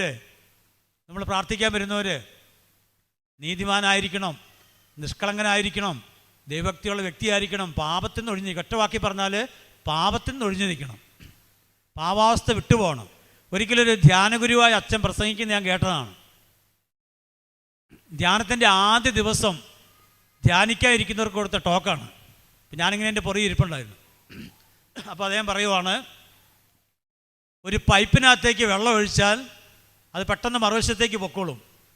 പക്ഷേ ആ പൈപ്പിൻ്റെ ഉള്ളിൽ എന്തെങ്കിലും തടഞ്ഞിരുന്നാലോ, ചെളിയോ മറ്റെന്തെങ്കിലും ഇരുന്നാൽ പോകുകയില്ല. അപ്പോൾ എന്തു ചെയ്യും? നമ്മൾ ആ പൈപ്പ് വൃത്തിയാക്കും, എന്നിട്ട് വെള്ളം ഒഴിക്കും, അപ്പോൾ മറുവശത്തേക്ക് പോകും. എന്നിട്ട് അച്ഛൻ പറഞ്ഞു വെച്ച ഇങ്ങനെയാണ്, ഇവിടെ ഇരിക്കുന്ന നമ്മൾ ഓരോരുത്തരും ഒരു പൈപ്പാണ് ദൈവത്തിൻ്റെ. ദൈവാനുഗ്രഹം ചൊരിയുമ്പോൾ പാപം എന്ന തടസ്സം നമ്മളിലുണ്ടെങ്കിൽ ആ ഒഴുകി വരുന്ന അനുഗ്രഹങ്ങൾ ബ്ലോക്കാവും. എന്നിട്ട് നമ്മൾ പറയും ബന്ധനം അതാന്നൊക്കെ പറയും, നമ്മുടെ കുഴപ്പം കൊണ്ട് വരുന്നതാണ്, പാപം കൊണ്ട്. പിന്നെ എന്തു ചെയ്യും? അച്ഛൻ പറയുവാണ്, നാളെ കുമ്പസാരമാണ്, നിങ്ങൾ അനുദവിച്ച് പാപത്തെ ഓർത്ത് പശ്ചാത്തപിച്ച് കുമ്പസാരിക്കുക, എന്നിട്ട് വിശുദ്ധിയിലേക്ക് കടന്നു പോവുക. അപ്പോൾ തടയപ്പെട്ട അനുഗ്രഹങ്ങൾ വീണ്ടും നമ്മളിലേക്ക് ഒഴുകും. അതാണ് ധ്യാനങ്ങളിലെല്ലാം ധ്യാനം കഴിയുമ്പോൾ ഒത്തിരി അനുഗ്രഹം കിട്ടിയായിട്ട് സാക്ഷ്യം പറയുന്നത്. ചിലപ്പോൾ ആഴ്ച തന്നെ പറയുന്നവരുണ്ട്, അല്ലെ പോയി കഴിഞ്ഞ് പിന്നെ അനുഗ്രഹമായിട്ട് തിരിച്ചു വന്ന് പറയുന്നവരുണ്ട്. Hallelujah, hallelujah. അപ്പോൾ ഇവിടെ വന്നിരിക്കുന്ന നമ്മൾ ഓരോരുത്തരോടും എനിക്കും പറയാനുള്ളത്, എന്നെ അടക്കം പറയാനുള്ളത് ഇതാണ്, നമ്മളാവുന്ന പൈപ്പിലേക്ക് തിരിച്ചു നോക്കണം. ജോബ് നീതിമാനായതുകൊണ്ടും ദൈവഭക്തിയുള്ളവനായതുകൊണ്ടും അവന് നഷ്ടപ്പെട്ടെല്ലാം ദൈവം തിരിച്ചു കൊടുക്കുക. ഇതുപോലെ നമ്മുടെ ജീവിതത്തിലെ നഷ്ടങ്ങളിലേക്ക് ദൈവം ഇടപെടാൻ നമ്മൾ നോക്കണം. Hallelujah, hallelujah. ക്രിസ്ത്യാനികളായിട്ടുള്ളവരാണെങ്കിൽ അനുദപിച്ച് കുമ്പസാരിക്കുകയല്ല, വേറെ മാർഗവുമില്ല. മറ്റ് മതത്തിൽപ്പെട്ടവരാണെങ്കിൽ ദൈവസന്നിധിയിൽ ഇരുന്ന് പ്രാർത്ഥിക്കണം. യേശുവിൻ്റെ ക്രൂശിക്കപ്പെട്ട രൂപം ഉണ്ടെങ്കിൽ ഏറ്റവും നല്ല അവിടെ പോയി നിങ്ങൾ പ്രാർത്ഥിക്കണം. യേശുവിനോട് പറയണം, ഞാൻ പാവിയാണെന്ന് തുറന്ന് പറയണം. അപ്പോൾ നിങ്ങൾക്ക് അനുഗ്രഹം ലഭിക്കും. ഹല്ലേലൂയ, യേശുവേ നന്ദി. ചില അനുഗ്രഹങ്ങളെല്ലാം ബ്ലോക്കായിട്ടുണ്ട് നമ്മുടെ ജീവിതത്തിൽ. അത് ആരുടെയും പരിപാടി കൊണ്ടല്ല ബ്ലോക്കായത്, അത് നമ്മുടെ കയ്യിരിപ്പ് മോശമായതുകൊണ്ടാണ്. അപ്പം നമ്മുടെ കയ്യിരിപ്പ് നന്നായാൽ ദൈവാനുഗ്രഹം വീണ്ടും വരും. ഹല്ലേലൂയ. ഞാൻ എൻ്റെ കുഞ്ഞുങ്ങൾ, അന്ന് ചെറിയ കുഞ്ഞു മക്കളായിരുന്നു 3 പേര്, 5 വയസ്സ് വരെ താഴോട്ട വാക്കിലുണ്ട്. അന്ന് കൊല്ലങ്ങൾ കുറേയായി, ഇന്നിപ്പോൾ അവരെല്ലാം വിവാഹം കഴിച്ചു. അപ്പം ഞാനെല്ലാം കൂടി വന്നൊരു സമയം കൂടിയാണ്. അപ്പം ഞാൻ മക്കൾക്ക് നൽകിയ നിർദ്ദേശം, സന്ധ്യയ്ക്ക് പ്രാർത്ഥിക്കാതിരിക്കുമ്പോൾ 1 മണിക്കൂറെല്ലാം പ്രാർത്ഥിക്കണം. ജപമാലയിൽ പ്രാർത്ഥിക്കണം, ബൈബിൾ വായിക്കണം, മറ്റ് പ്രാർത്ഥനകളൊക്കെ ഉണ്ടല്ലോ, കർത്താനുമാലയൊക്കെ. അങ്ങനെ 1 മണിക്കൂറെങ്കിലും പ്രാർത്ഥിക്കണം. അപ്പോൾ പല ദിവസങ്ങളും ഞാൻ വീട്ടിലുണ്ടാകുകയില്ല, ഞാൻ ഇങ്ങനെ ഓരോ ശുശ്രൂഷയ്ക്ക് പോകുമായിരിക്കും. അപ്പോൾ എവിടെ പോയിട്ട് വന്നാലും കുഞ്ഞുങ്ങൾക്ക് മിഠായിയോ പലഹാരം ഇല്ലാതെ ഞാൻ വരികയില്ല. നിങ്ങൾ ശ്രദ്ധിച്ച് കേട്ടോളൂ ഇത്. ഒരു ദിവസം ഞാൻ വരുമ്പോൾ ഒരു 10 കടലമട്ടാടി ഒരു പാക്കറ്റായിട്ടാണ് വരുന്നത്. അപ്പം ഞാൻ വരുമ്പോൾ സന്ധ്യയ്ക്ക് നേരത്തെ വന്നെന്ന്. അപ്പോൾ ഇവർ പ്രാർത്ഥിക്കാൻ വേണ്ടി ഇരിക്കുവാണ്. എൻ്റെ 3 മക്കളുണ്ട്, അവരുടെ മമ്മിയുണ്ട്, എൻ്റെ അമ്മയുണ്ട്. പക്ഷേ ഈ മക്കളെന്താ ചെയ്യണമെന്നറിയാം, അങ്ങോട്ടും ഇങ്ങോട്ടും അടി കൂടിക്കൊണ്ടിരിക്കുകയാണ്. ഇവർ പോരുവത്തിലാണ്. മമ്മി പറയുന്നുണ്ട്, എൻ്റെ അമ്മ പറയുന്നുണ്ട്, അവർ കേൾക്കുന്നില്ല. അന്നേരം ഞാനിങ്ങനെ വരുന്നത്, ഇവർക്ക് പെട്ടെന്ന് ഇവർ ചാടി എഴുന്നേറ്റ് മുട്ടുമേ നിന്നു. ഭയങ്കര ഭക്തിയിൽ കൈ കൂട്ടിപ്പിടിച്ച് ഭയങ്കര പ്രാർത്ഥന. പിന്നെ ഞാനെന്ത് ചെയ്തു, ഞാനിത് കാണാത്ത മട്ടിൽ, ഇവരിങ്ങനെ ചെയ്തൊന്നും കാണാത്ത മട്ടിലും പരിക്കത്തേക്ക് കയറിപ്പോയി ഉള്ളിലേക്ക്. ഞാൻ ഈ മിഠായി കൊണ്ട് ഈ കട്ടലിനടി കൊണ്ട് വെച്ചു. കട്ടലിനടിയിൽ ചെറിയൊരു വാശി എൻ്റെ ഉള്ളിൽ. മക്കൾ പ്രാർത്ഥനകളെല്ലാം കഴിഞ്ഞ് ഓടി വന്ന് തപ്പാൻ തുടങ്ങി. എന്നെ ആദ്യം തപ്പി, എൻ്റെ കയ്യിലില്ല. പിന്നെ ഏകദേശം വെക്കുന്ന സ്ഥലമൊക്കെ അവർക്കറിയാമല്ലോ, അവിടെയൊക്കെ തപ്പി നോക്കി. ഞാൻ പറഞ്ഞു ഇന്ന് മേടിച്ചില്ല എന്ന് പറഞ്ഞു. നിരാശപ്പെട്ട് മക്കൾ പോയി കിടന്നു. ഞാനത് പിറ്റേ ദിവസം രാവിലെ കൊടുക്കാൻ വേണ്ടിയാണ് അതങ്ങനെ ചെയ്തത്. പിറ്റേ ദിവസം രാവിലെ അത് എടുത്താൽ നോക്കിയപ്പോൾ ആ 10 കടലമിഠായി എലി എടുത്തു തന്നു. കാരണം എനിക്കറിയത്തില്ല ഇത് ആർക്കാന്നുള്ളതാണ്. അന്ന് എലിയൊക്കെയുള്ള ശല്യമുള്ള സമയമാണ്. അന്ന് ഇനി നിങ്ങൾ ശ്രദ്ധിച്ച് കേട്ടാൽ മതി. അന്ന് വൈകുന്നേരം പ്രാർത്ഥനയെല്ലാം കഴിഞ്ഞ്, അത്താഴം എല്ലാം കഴിഞ്ഞ് ഞാൻ സ്വന്തമായിട്ടൊരു അല്പസമയം പ്രാർത്ഥിക്കുന്ന പതിവുണ്ടായിരുന്നു. അപ്പോൾ ഞാനിങ്ങനെ പ്രാർത്ഥിക്കുമ്പോൾ എൻ്റെ മനസ്സിലൊരു ചിന്ത കടന്നു വന്നു. ഈശോ ചോദിക്കുന്ന പോലെ, സ്വരം കേട്ടില്ല, ഒരു ചിന്തയായിട്ട് വന്നു. എന്തുകൊണ്ടാണ് മിഠായി മക്കൾക്ക് കൊടുക്കാത്തത്? ഈ ചോദ്യം ഇങ്ങനെ എൻ്റെ മനസ്സിൽ ചിന്തകൾ കൂടിക്കൂടി വന്നപ്പോൾ ഞാൻ പറഞ്ഞു കർത്താവിനോട്, ചിന്തയിൽ തന്നെ ഞാനും പറഞ്ഞു, കർത്താവ്, ഞാൻ നിർദ്ദേശിച്ച കാര്യങ്ങൾ അവർ ചെയ്തില്ല, അതിനെതിരായിട്ടാണ് അവർ ചെയ്തത്, അതുകൊണ്ട് ഞാൻ ആ മിഠായി കൊടുത്തില്ല. പ്രിയപ്പെട്ടവരെ, അപ്പോൾ ആ സ്വരം കുറച്ചും കൂടെ വ്യക്തമായ ചിന്തയിലൂടെ എന്നിലേക്ക് വന്നു. ഇത് തന്നെ ഞാനും ചെയ്യാറുണ്ട്, നീ ചെയ്ത് ഇതുപോലെ തന്നെ ഞാനും ചെയ്യും. എൻ്റെ മക്കൾ ഒരു അനുഗ്രഹത്തിന് വേണ്ടി എൻ്റെ അരികിൽ വരുമ്പോൾ, ഞാൻ അവർക്ക് അനുഗ്രഹമായിട്ട് വരുമ്പോൾ, ഞാൻ നിർദ്ദേശിച്ച പാതയിൽ നിന്ന് അവർ വ്യതിചലിച്ച് പോവുകയാണ്, എൻ്റെ കൽപ്പനകളെ അവരനുസരിക്കാതെ പോവുകയാണ്. അപ്പോൾ ഞാൻ എന്തു ചെയ്യും? ആ അനുഗ്രഹം എൻ്റെ കയ്യിൽ തന്നെ ഇരിക്കും. എന്നിട്ട് എന്നോട് പറയുവാണ്, അഗസ്റ്റിനെ, നീ ഓർക്കുന്നത് നീ ധ്യാനം കൂടി മാനസാന്തരപ്പെട്ട് വന്നുകൊണ്ടാണ് നിനക്ക് അനുഗ്രഹം തന്നെന്നാണ്. അല്ല, നീ ധ്യാനം കൂടുന്നതിന് മുമ്പേ, നീ ജനിക്കുമ്പോൾ തന്നെ നിനക്കിപ്പോൾ തരുന്ന ഈ അനുഗ്രഹം എൻ്റെ കരങ്ങളിലുണ്ടായിരുന്നു. ഞാനിത് തരാൻ വേണ്ടി നിൻ്റെ അടുക്ക് പലപ്പോഴും വന്നിട്ടുണ്ട്.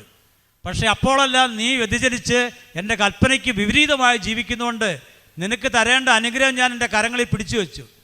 എന്ന് നീ പശ്ചാത്തപിച്ച് പാപത്തെ ഉപേക്ഷിച്ച് എന്നിലേക്ക് മടങ്ങി വന്നോ, അന്ന് ഞാനിത് നിനക്ക് നൽകി. Hallelujah, hallelujah. ഇപ്പം ഇവിടെ ഇരിക്കുന്ന ഓരോ മക്കളും ഓർത്തോളുക, നമ്മൾ ചോദിക്കുന്നതിനെല്ലാം ഉത്തരം ദൈവത്തിൻ്റെ കരങ്ങളിലുണ്ട്. അതിനെല്ലാം അനുഗ്രഹവും ദൈവത്തിൻ്റെ കരത്തിലുണ്ട്. നമുക്കത് ലഭിക്കാൻ ചില തടസ്സങ്ങൾ നമ്മളിലുണ്ടോ എന്ന് കണ്ടെത്തണം. ചുമ്മാ ഒരു വെള്ളിയാഴ്ച വന്ന് പ്രാർത്ഥിച്ചു കുറേ നിയോഗങ്ങൾ വെച്ച് പോകേണ്ടവരല്ല നമ്മൾ ചിന്തിക്കണം, എന്തെങ്കിലും കുറവുകൾ എന്നെ ഉണ്ടോ. ഇനി ഒറ്റ കാര്യം പറയാം, അപ്പോൾ നമുക്ക് മനസ്സിലാവുമല്ലോ. ഞാൻ ഈ പറയുമ്പോൾ ഇതെല്ലാം എന്നെ ഉൾപ്പെടുത്തിക്കൊണ്ടാണ്. എൻ്റെ ജീവിതത്തിൽ കടന്നുപോയ കാര്യങ്ങളും ഇതിനകത്തുണ്ട്. അതുകൊണ്ട് ഞാൻ മാത്രം മാന്യനെ, നിങ്ങളൊക്കെ മോശക്കാരൻ അർത്ഥത്തിൽ അങ്ങനെ ചിന്തിച്ചേക്കില്ലേ. ഞാൻ ഈ അൾത്താരെന്ന് പറയുന്ന, എനിക്കും ധാരാളം കുറവുള്ള വ്യക്തിയായിരുന്നു. അപ്പം എല്ലാം അനുഭവത്തിലുണ്ട് എനിക്ക്. എഫെസസ് ലേഖനം 6-ാം അധ്യായം 1 മുതൽ 3 വരെ വചനം നമുക്കറിയാവുന്ന വചനമാണ്. കർത്താവ് നമ്മളെയൊക്കെ നോക്കിക്കൊണ്ട് പറയുന്നൊരു വാക്കാണ്. പൗലോസ്ലേയുടെ അധരത്തിലൂടെ പരിശുദ്ധാത്മാവ് നമ്മളോട് പറയുവാണ്, കുട്ടികളെ ആദ്യം വിളിക്കുക. നമ്മളൊക്കെ കുട്ടികളല്ലേ, ദൈവത്തിൻ്റെ മുമ്പിലും കുട്ടികളാണ്, നമ്മുടെ അപ്പനും അമ്മയ്ക്കും കുട്ടികളല്ലേ നമ്മൾ. കുട്ടികളെ, എല്ലാ കാര്യങ്ങളിലും നിങ്ങൾ മാതാപിതാക്കന്മാരെ അനുസരിക്കുവിൻ. ഇത് ന്യായയുക്തമാണ് നിങ്ങൾക്ക് ഭൂമിയിൽ നന്മ കൈവരുവാനും. ആ വാക്ക് ശ്രദ്ധിച്ചോളണം.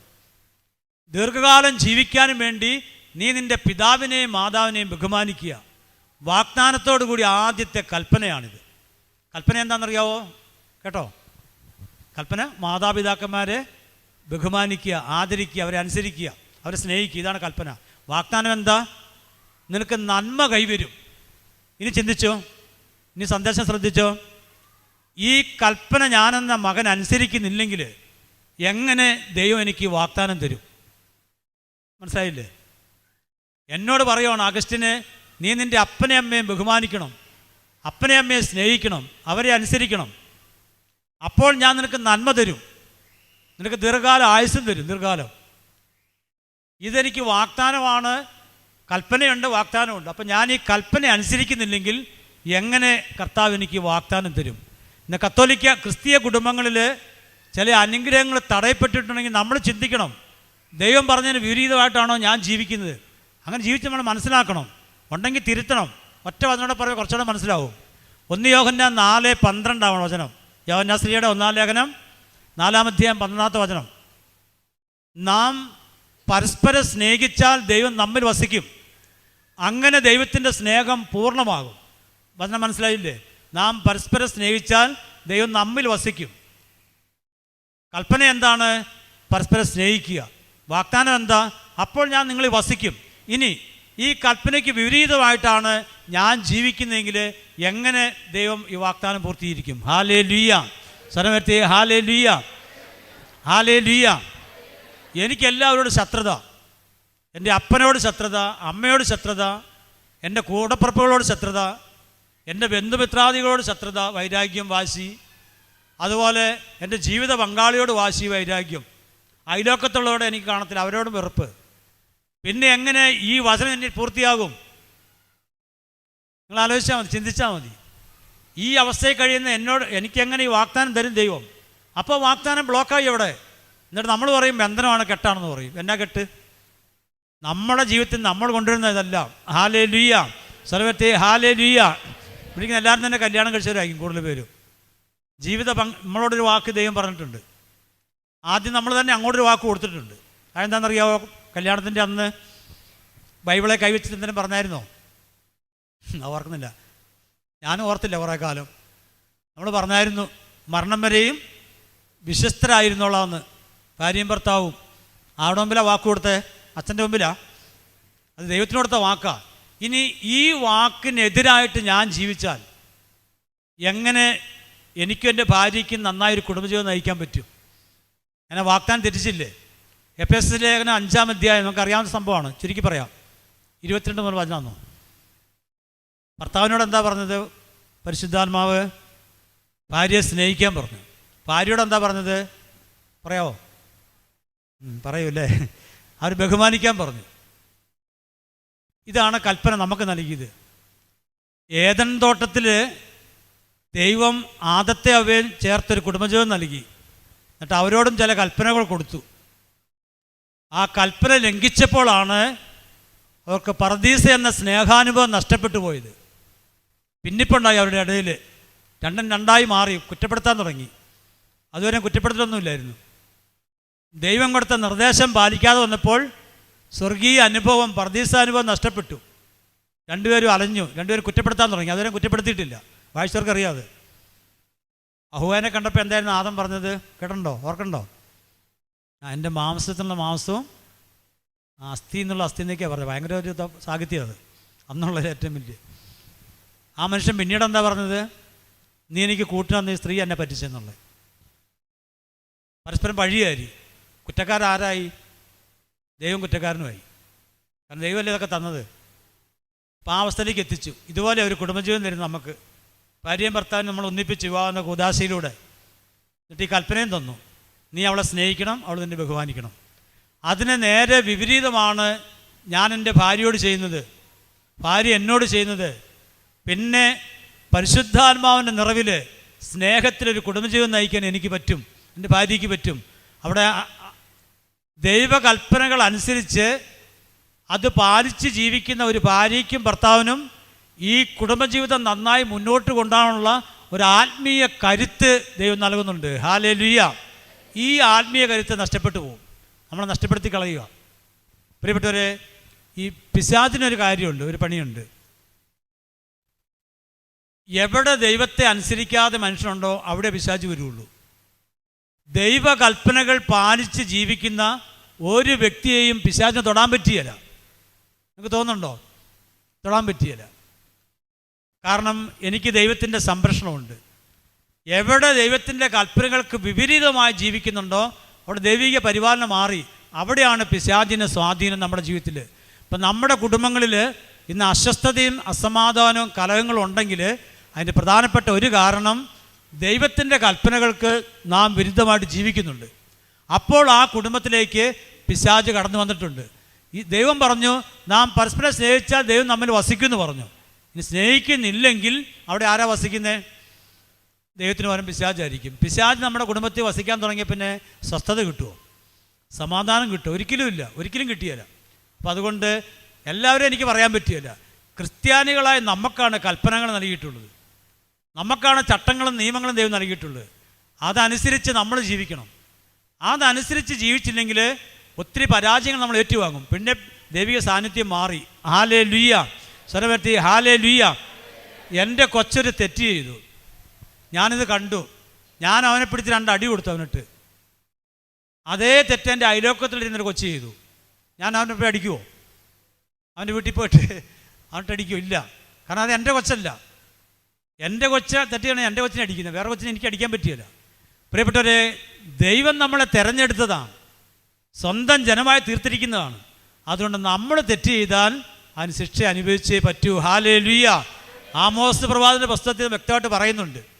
അവിടെ പറയുവാണ്, ഈ ലോകത്തുള്ള എല്ലാ ജനതകളിൽ നിന്നും ഞാൻ നിങ്ങളെ തിരഞ്ഞെടുത്തു, അതുകൊണ്ട് നിങ്ങളുടെ നിസ്സാരമായ തെറ്റുകൾക്ക് പോലും ഞാൻ ശിക്ഷ തരാതിരിക്കുകയില്ല. ഹല്ലേലൂയ. കാരണം അവിടുന്ന് അപ്പനായതുകൊണ്ടാണ് ശിക്ഷിക്കുന്നത്, അല്ല ശിക്ഷിക്കേണ്ട കാര്യമില്ല. പ്രിയപ്പെട്ട, അതുകൊണ്ട് നമ്മുടെ ജീവിതത്തിലെ പരാജയങ്ങൾ, കുറവുകൾ, അത് ഒരു പ്രാർത്ഥനാലയത്തിൽ ഓടിപ്പോയാൽ കിട്ടിയെന്ന് വരികയില്ല, പരിഹരിക്കപ്പെടുകയില്ല.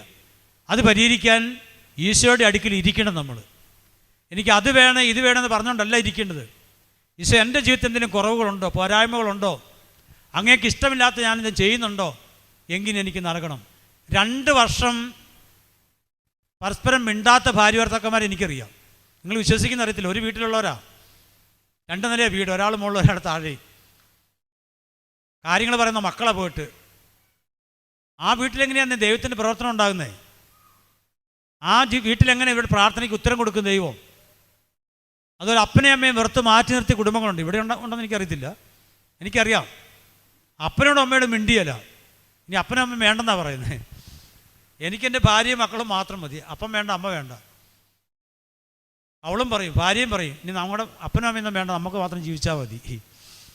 അപ്പം ഞാനങ്ങോട്ട് തന്നെ ഉണ്ടായതാ, അപ്പനും അമ്മയും ഇല്ലാതെ. പ്രിയപ്പെട്ടവരെ, ഇനി നിങ്ങൾ ശ്രദ്ധിച്ചോ ഞാൻ പറഞ്ഞ കാര്യം.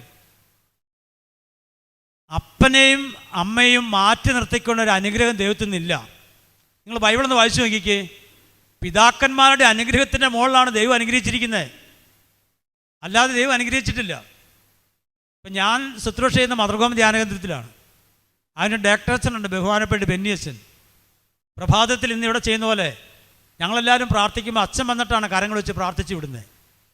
ഞാൻ അച്ഛനോട് പറയും, അച്ഛൻ്റെ തലയിൽ തൊടണ്ട, കാരണം അച്ഛനേക്കാൾ വിശ്വാസം എനിക്കുണ്ട്. അപ്പോൾ അതുകൊണ്ട് ദൈവം നേരിട്ട് വന്ന് തൊട്ടോളും. ദൈവം നേരിട്ട് വന്ന് എന്നെ അനുഗ്രഹിക്കുന്ന പറഞ്ഞാൽ അങ്ങനെ നടക്കുമോ? ദൈവം അനുഗ്രഹിക്കാൻ വേണ്ടിയല്ലേ അദ്ദേഹത്തെ തിരഞ്ഞെടുത്തിരിക്കുന്നത്, അദ്ദേഹത്തെയല്ലേ ഞങ്ങളെയൊക്കെ ഏൽപ്പിച്ചിരിക്കുന്നത്. അപ്പം അദ്ദേഹത്തിൻ്റെ കരങ്ങളിലൂടെയല്ലേ ദൈവം അനുഗ്രഹിക്കുന്നത്. സെപ്പറേറ്റായിട്ട് ദൈവം വന്ന് അനുഗ്രഹിക്കുമോ? ഇതുപോലെ മാതാപിതാക്കളുടെ അനുഗ്രഹത്തിൻ്റെ മുകളിലേ ദൈവം അനുഗ്രഹിക്കുകയുള്ളൂ.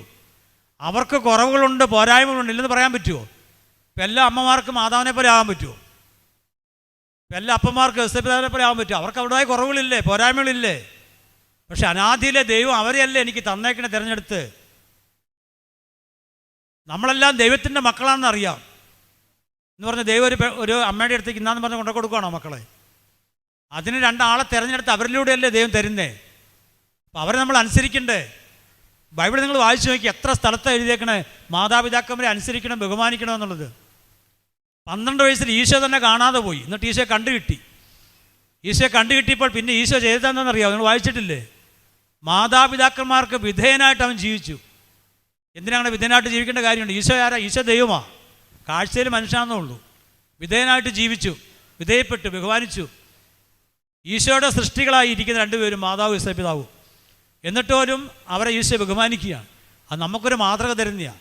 അപ്പനമ്മയെ മാറ്റി നിർത്തിക്കൊണ്ടൊരു അനുഗ്രഹം കിട്ടിയാലോ നമുക്ക്. അത് പിടിക്കുന്ന ഓരോ മക്കളും, ഞാനടക്കം ചിന്തിക്കേണ്ട വിഷയമാണ് പറയുന്നത്. കൊച്ചു പിള്ളേരാണെങ്കിലും അവരുടെ അനുഗ്രഹമില്ലാതെ ദൈവം അനുഗ്രഹിക്കുകയില്ല.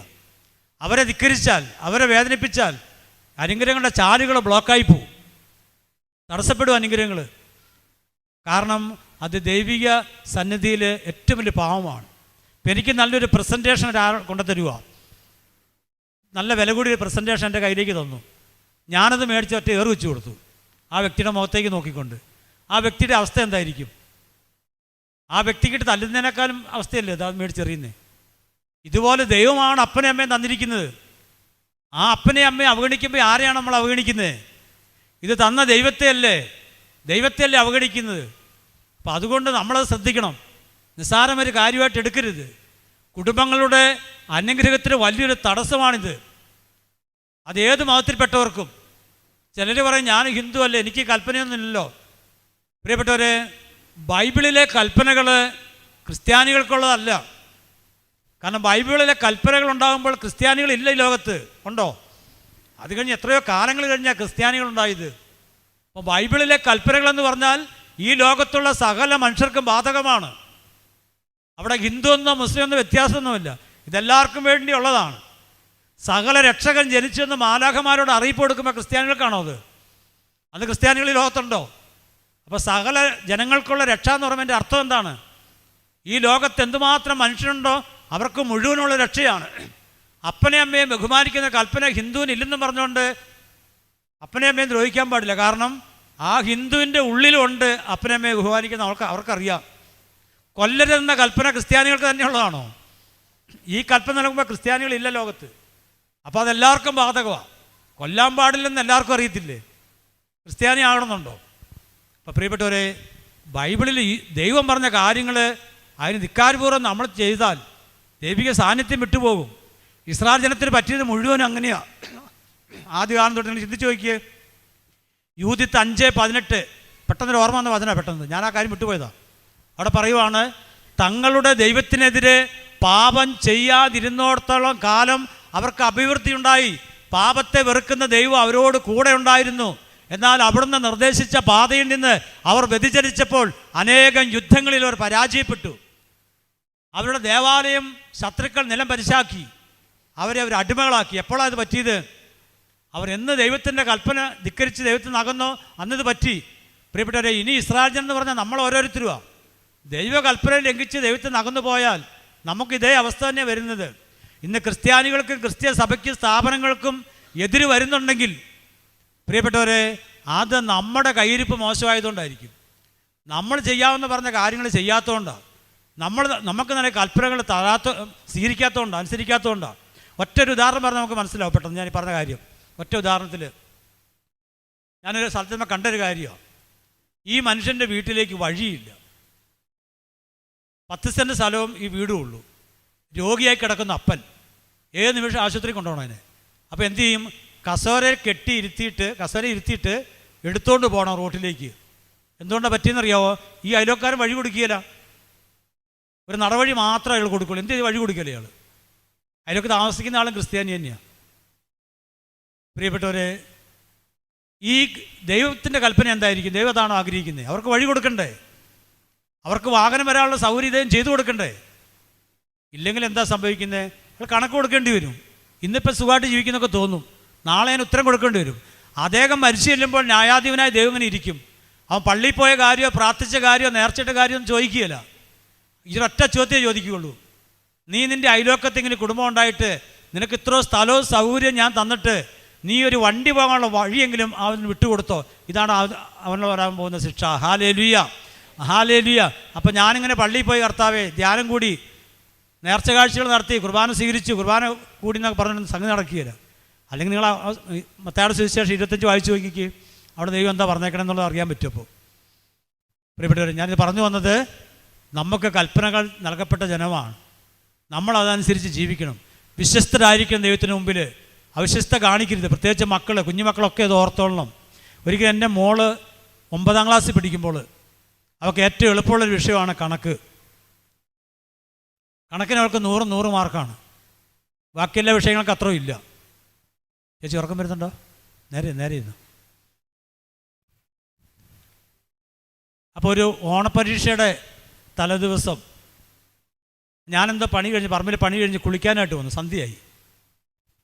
അന്ന് ബാത്റൂമൊന്നുമില്ല, പറമ്പിലാണ് കിണറിൽ. അവിടെ പോയി കുളിക്കാൻ പോയി. കിണറ്റ് വരെ ചെന്നപ്പോഴാണ് സോപ്പ് എടുക്കാൻ മറന്നുപോയി. അപ്പോൾ ഞാൻ എൻ്റെ മോളെ വിളിച്ചു. അവൾ ഇരിക്കുന്നത് എനിക്ക് കാണാം, പഠിക്കാനിരിക്കുന്ന സ്ഥലം എനിക്ക് കാണാം, തിണ്ണയിലിരിക്കുന്നത്. അപ്പോൾ അവളെ എനിക്ക് ചെറിയ മയക്കലായിട്ടേ ഉള്ളൂ. അപ്പോൾ ഞാൻ അവളെ വിളിച്ചു. അപ്പോൾ അവൾ പറഞ്ഞു, പപ്പ ഞാൻ പഠിക്കുക, നാളെ പരീക്ഷയാണ്, അതുകൊണ്ട് പപ്പ ഒന്ന് എടുക്കാൻ പറഞ്ഞു. അപ്പം ഞാനിത് പോയി. ഇത് കുറേ വർഷങ്ങൾക്ക് മുമ്പുള്ള കാര്യമാണ്. ഇന്ന് അവൾ കല്യാണം കഴിച്ച് അവൾക്ക് 2 മക്കളായി. പണ്ടുണ്ടായ സംഭവമാണ്. അപ്പം ഞാനിത് എടുക്കാൻ പോയി ചെന്ന് ഞാൻ പോയി എടുത്തുകൊണ്ടൊന്ന് കുളിച്ചു. അതൊരു വിഷയമായിട്ട് എനിക്ക് തോന്നിയിട്ടില്ല. കാരണം അവൾ പഠിച്ചുകൊണ്ടിരിക്കുമല്ലോ, എനിക്ക് പോകാൻ പറ്റുമല്ലോ, കുഴപ്പമൊന്നുമില്ലല്ലോ. ഏകദേശം 2 ആഴ്ച കഴിഞ്ഞാൽ എനിക്ക് തോന്നുന്നു ഓണം പരീക്ഷയെല്ലാം കഴിഞ്ഞ്, ഓണത്തെ ലീവെല്ലാം കഴിഞ്ഞ് ഈ പേപ്പർ കിട്ടിയപ്പോൾ ഇവൾ തോറ്റു. ആ വിഷയത്തിന് കണക്കിന് പരാജയം വന്നു. ബാക്കി എല്ലാ വിഷയത്തിനും ജയിച്ചു. നിങ്ങൾ ശ്രദ്ധിച്ച് കേട്ടോ. ഇവൾക്കും വലിയ സങ്കടം, എനിക്ക് സങ്കടമായി. കാരണം അവൾക്ക് നല്ല മാർക്ക് കിട്ടേണ്ട അതിനകത്ത്. അപ്പം അങ്ങനെ ഇരിക്കുന്ന സമയത്ത് എൻ്റെ ഒരു കൂട്ടുകാരൻ വീട്ടിൽ വന്നു. അദ്ദേഹം ഒരു കൗൺസിൽ ചെയ്യുന്ന ആളാണ്. അപ്പം ഞാൻ അദ്ദേഹത്തോട് പറഞ്ഞു, കൂട്ടുകാരന് പറഞ്ഞു, ഇവൾക്കിങ്ങനെ കണക്ക് വിഷയത്തിൽ തോറ്റ ഭയങ്കര സങ്കടം, നീ ഒന്ന് പ്രാർത്ഥിക്കാൻ പറഞ്ഞു. അപ്പം ഞാനും അവളും എൻ്റെ കൂട്ടുകാരനോട് ഇരുന്നു, പ്രാർത്ഥിച്ചു.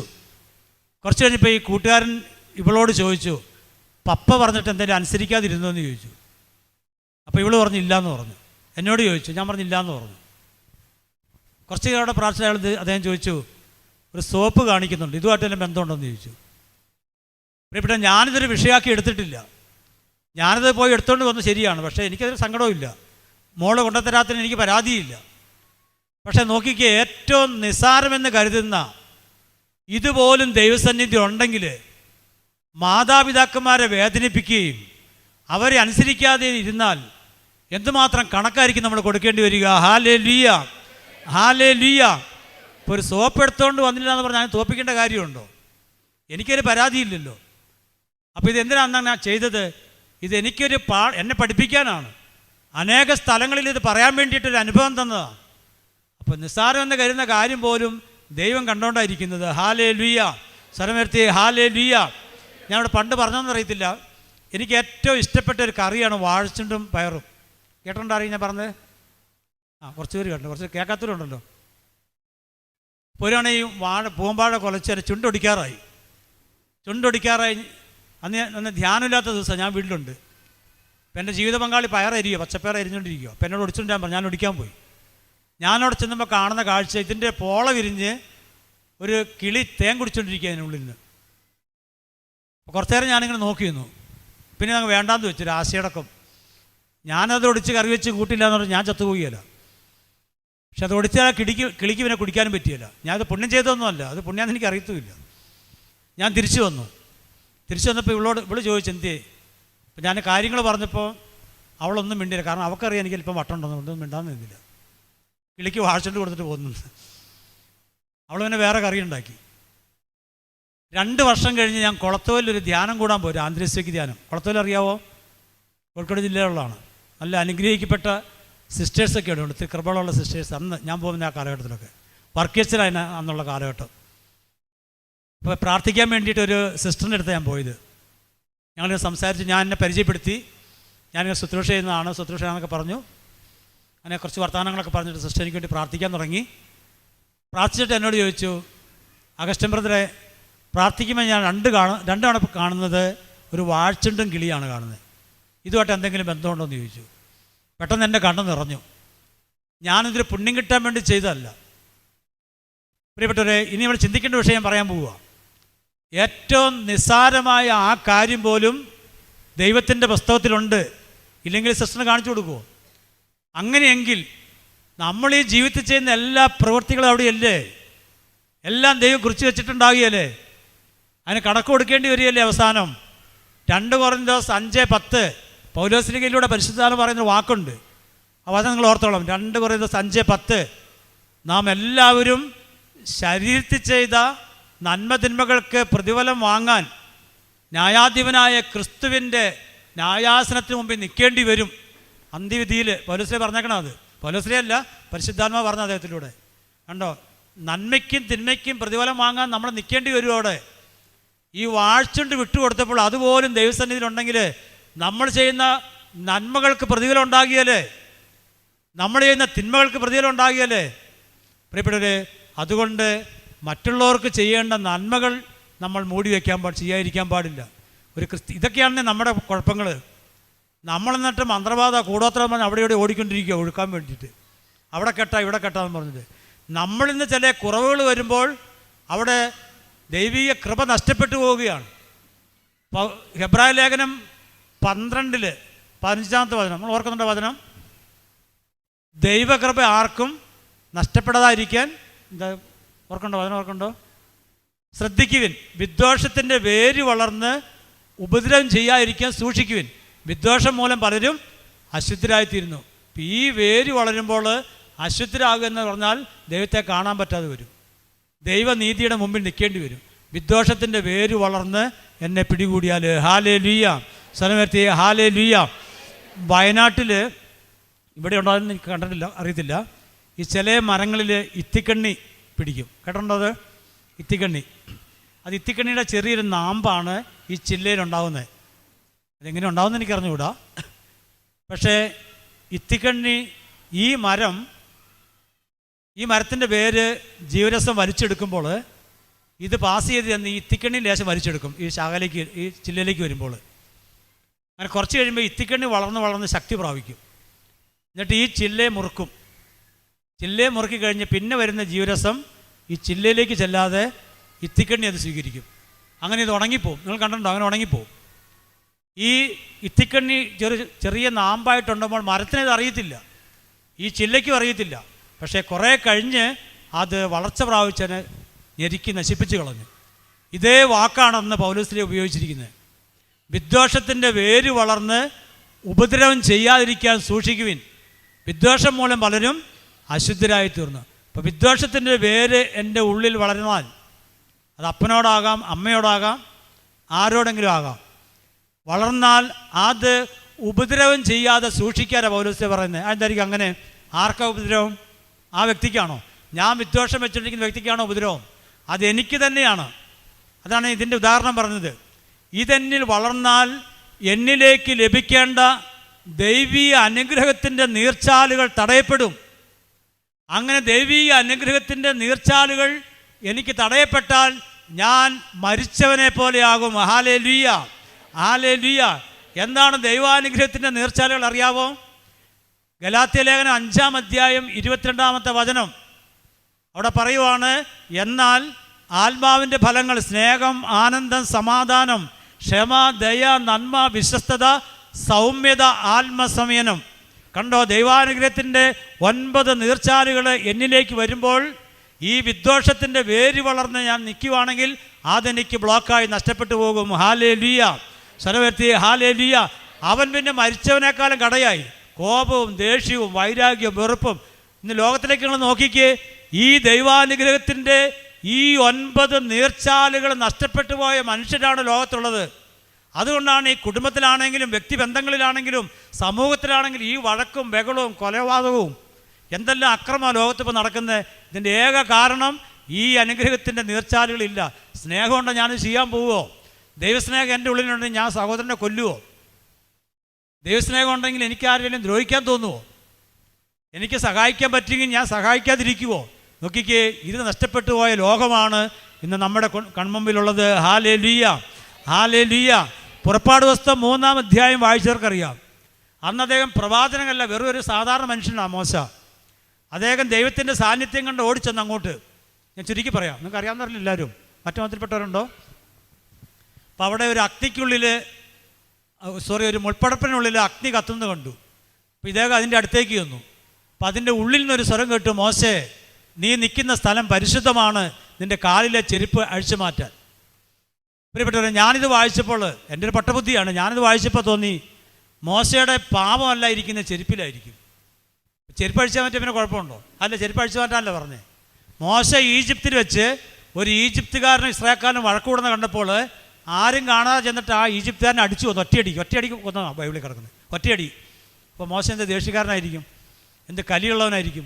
ഒറ്റയടിക്ക് കൊന്ന് പുള്ളി കുഴിച്ചിട്ട് എന്നിട്ട് സ്ഥലം വിട്ടു കൊടുന്നു. ആ പുള്ളിയോട് ദൈവം പറയുന്നത്, കാലിൽ ചെരുപ്പ് അഴിച്ചു മാറ്റ്, നീ നിൽക്കുന്ന സ്ഥലം പരിശുദ്ധമാണ്. ചെരുപ്പ് അഴിച്ചു മാറ്റിയാൽ ശരിയാവുമോ? മോശയുടെ പാവമെല്ലാം ചെരുപ്പിലാണ് ഇരിക്കുന്നത്. ഞാൻ അങ്ങനെ ധ്യാനിച്ച ഒരു ദിവസം. പ്രിയപ്പെട്ടവരെ, അങ്ങനെ ധ്യാനിച്ചപ്പോഴാണ് എനിക്ക് മനസ്സിലായത് ചെരുപ്പ് വെറും ഒരു പ്രതീകം മാത്രമാണ്. മോശയുടെ ദൈവം പറഞ്ഞെന്താണെന്നറിയാവോ? മോശെ, നീ ഇന്നലെ വരെയും പോയ വഴികളെല്ലാം നിൻ്റെ വഴികളാണ്. നീ ഇന്നലെ വരെയും ചെയ്തതെല്ലാം നിൻ്റെ പ്ലാനും പദ്ധതി അനുസരിച്ചാണ്.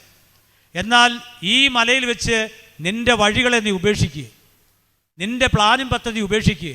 ഞാൻ കാണിക്കുന്ന വഴിയിലൂടെ നീ നടക്ക്, ഞാൻ പറയുന്ന കാര്യങ്ങൾ നീ ചെയ്താൽ മതി. നിൻ്റെ പ്ലാനും പദ്ധതി ഇവിടെ തകർന്നു. പ്രിയപ്പെട്ടവർ, ആ മലയുടെ മുകളിൽ നിന്ന് മോശ ഇറങ്ങുന്ന സാധാരണ മനുഷ്യനായിട്ടല്ല, ലോകം കണ്ടതിൽ ഏറ്റവും വലിയൊരു പ്രവാചകനായിട്ടാണ് അദ്ദേഹം ഇറങ്ങി വന്നത്. ഹല്ലേലൂയ, സർവ്വത്തിയ ഹല്ലേലൂയ, യേശുവേ നന്ദി. ഈ വ്യക്തിയെപ്പറ്റി പിന്നീട് വചനം പറയുന്നത് വായിക്കും, എന്നാൽ നമുക്ക് മനസ്സിലാവുകയുള്ളൂ ഞാൻ ഈ പറഞ്ഞത്. സംഖ്യയുടെ പുസ്തകം 12-ാം അധ്യായം 3-ാമത്തെ വചനം അവിടെ പറയുവാണ്, ഭൂമുഖത്തിലുള്ള എല്ലാ മനുഷ്യരിലും വെച്ച് മോശ സൗമ്യനായിരുന്നു. ഹല്ലേലൂയ.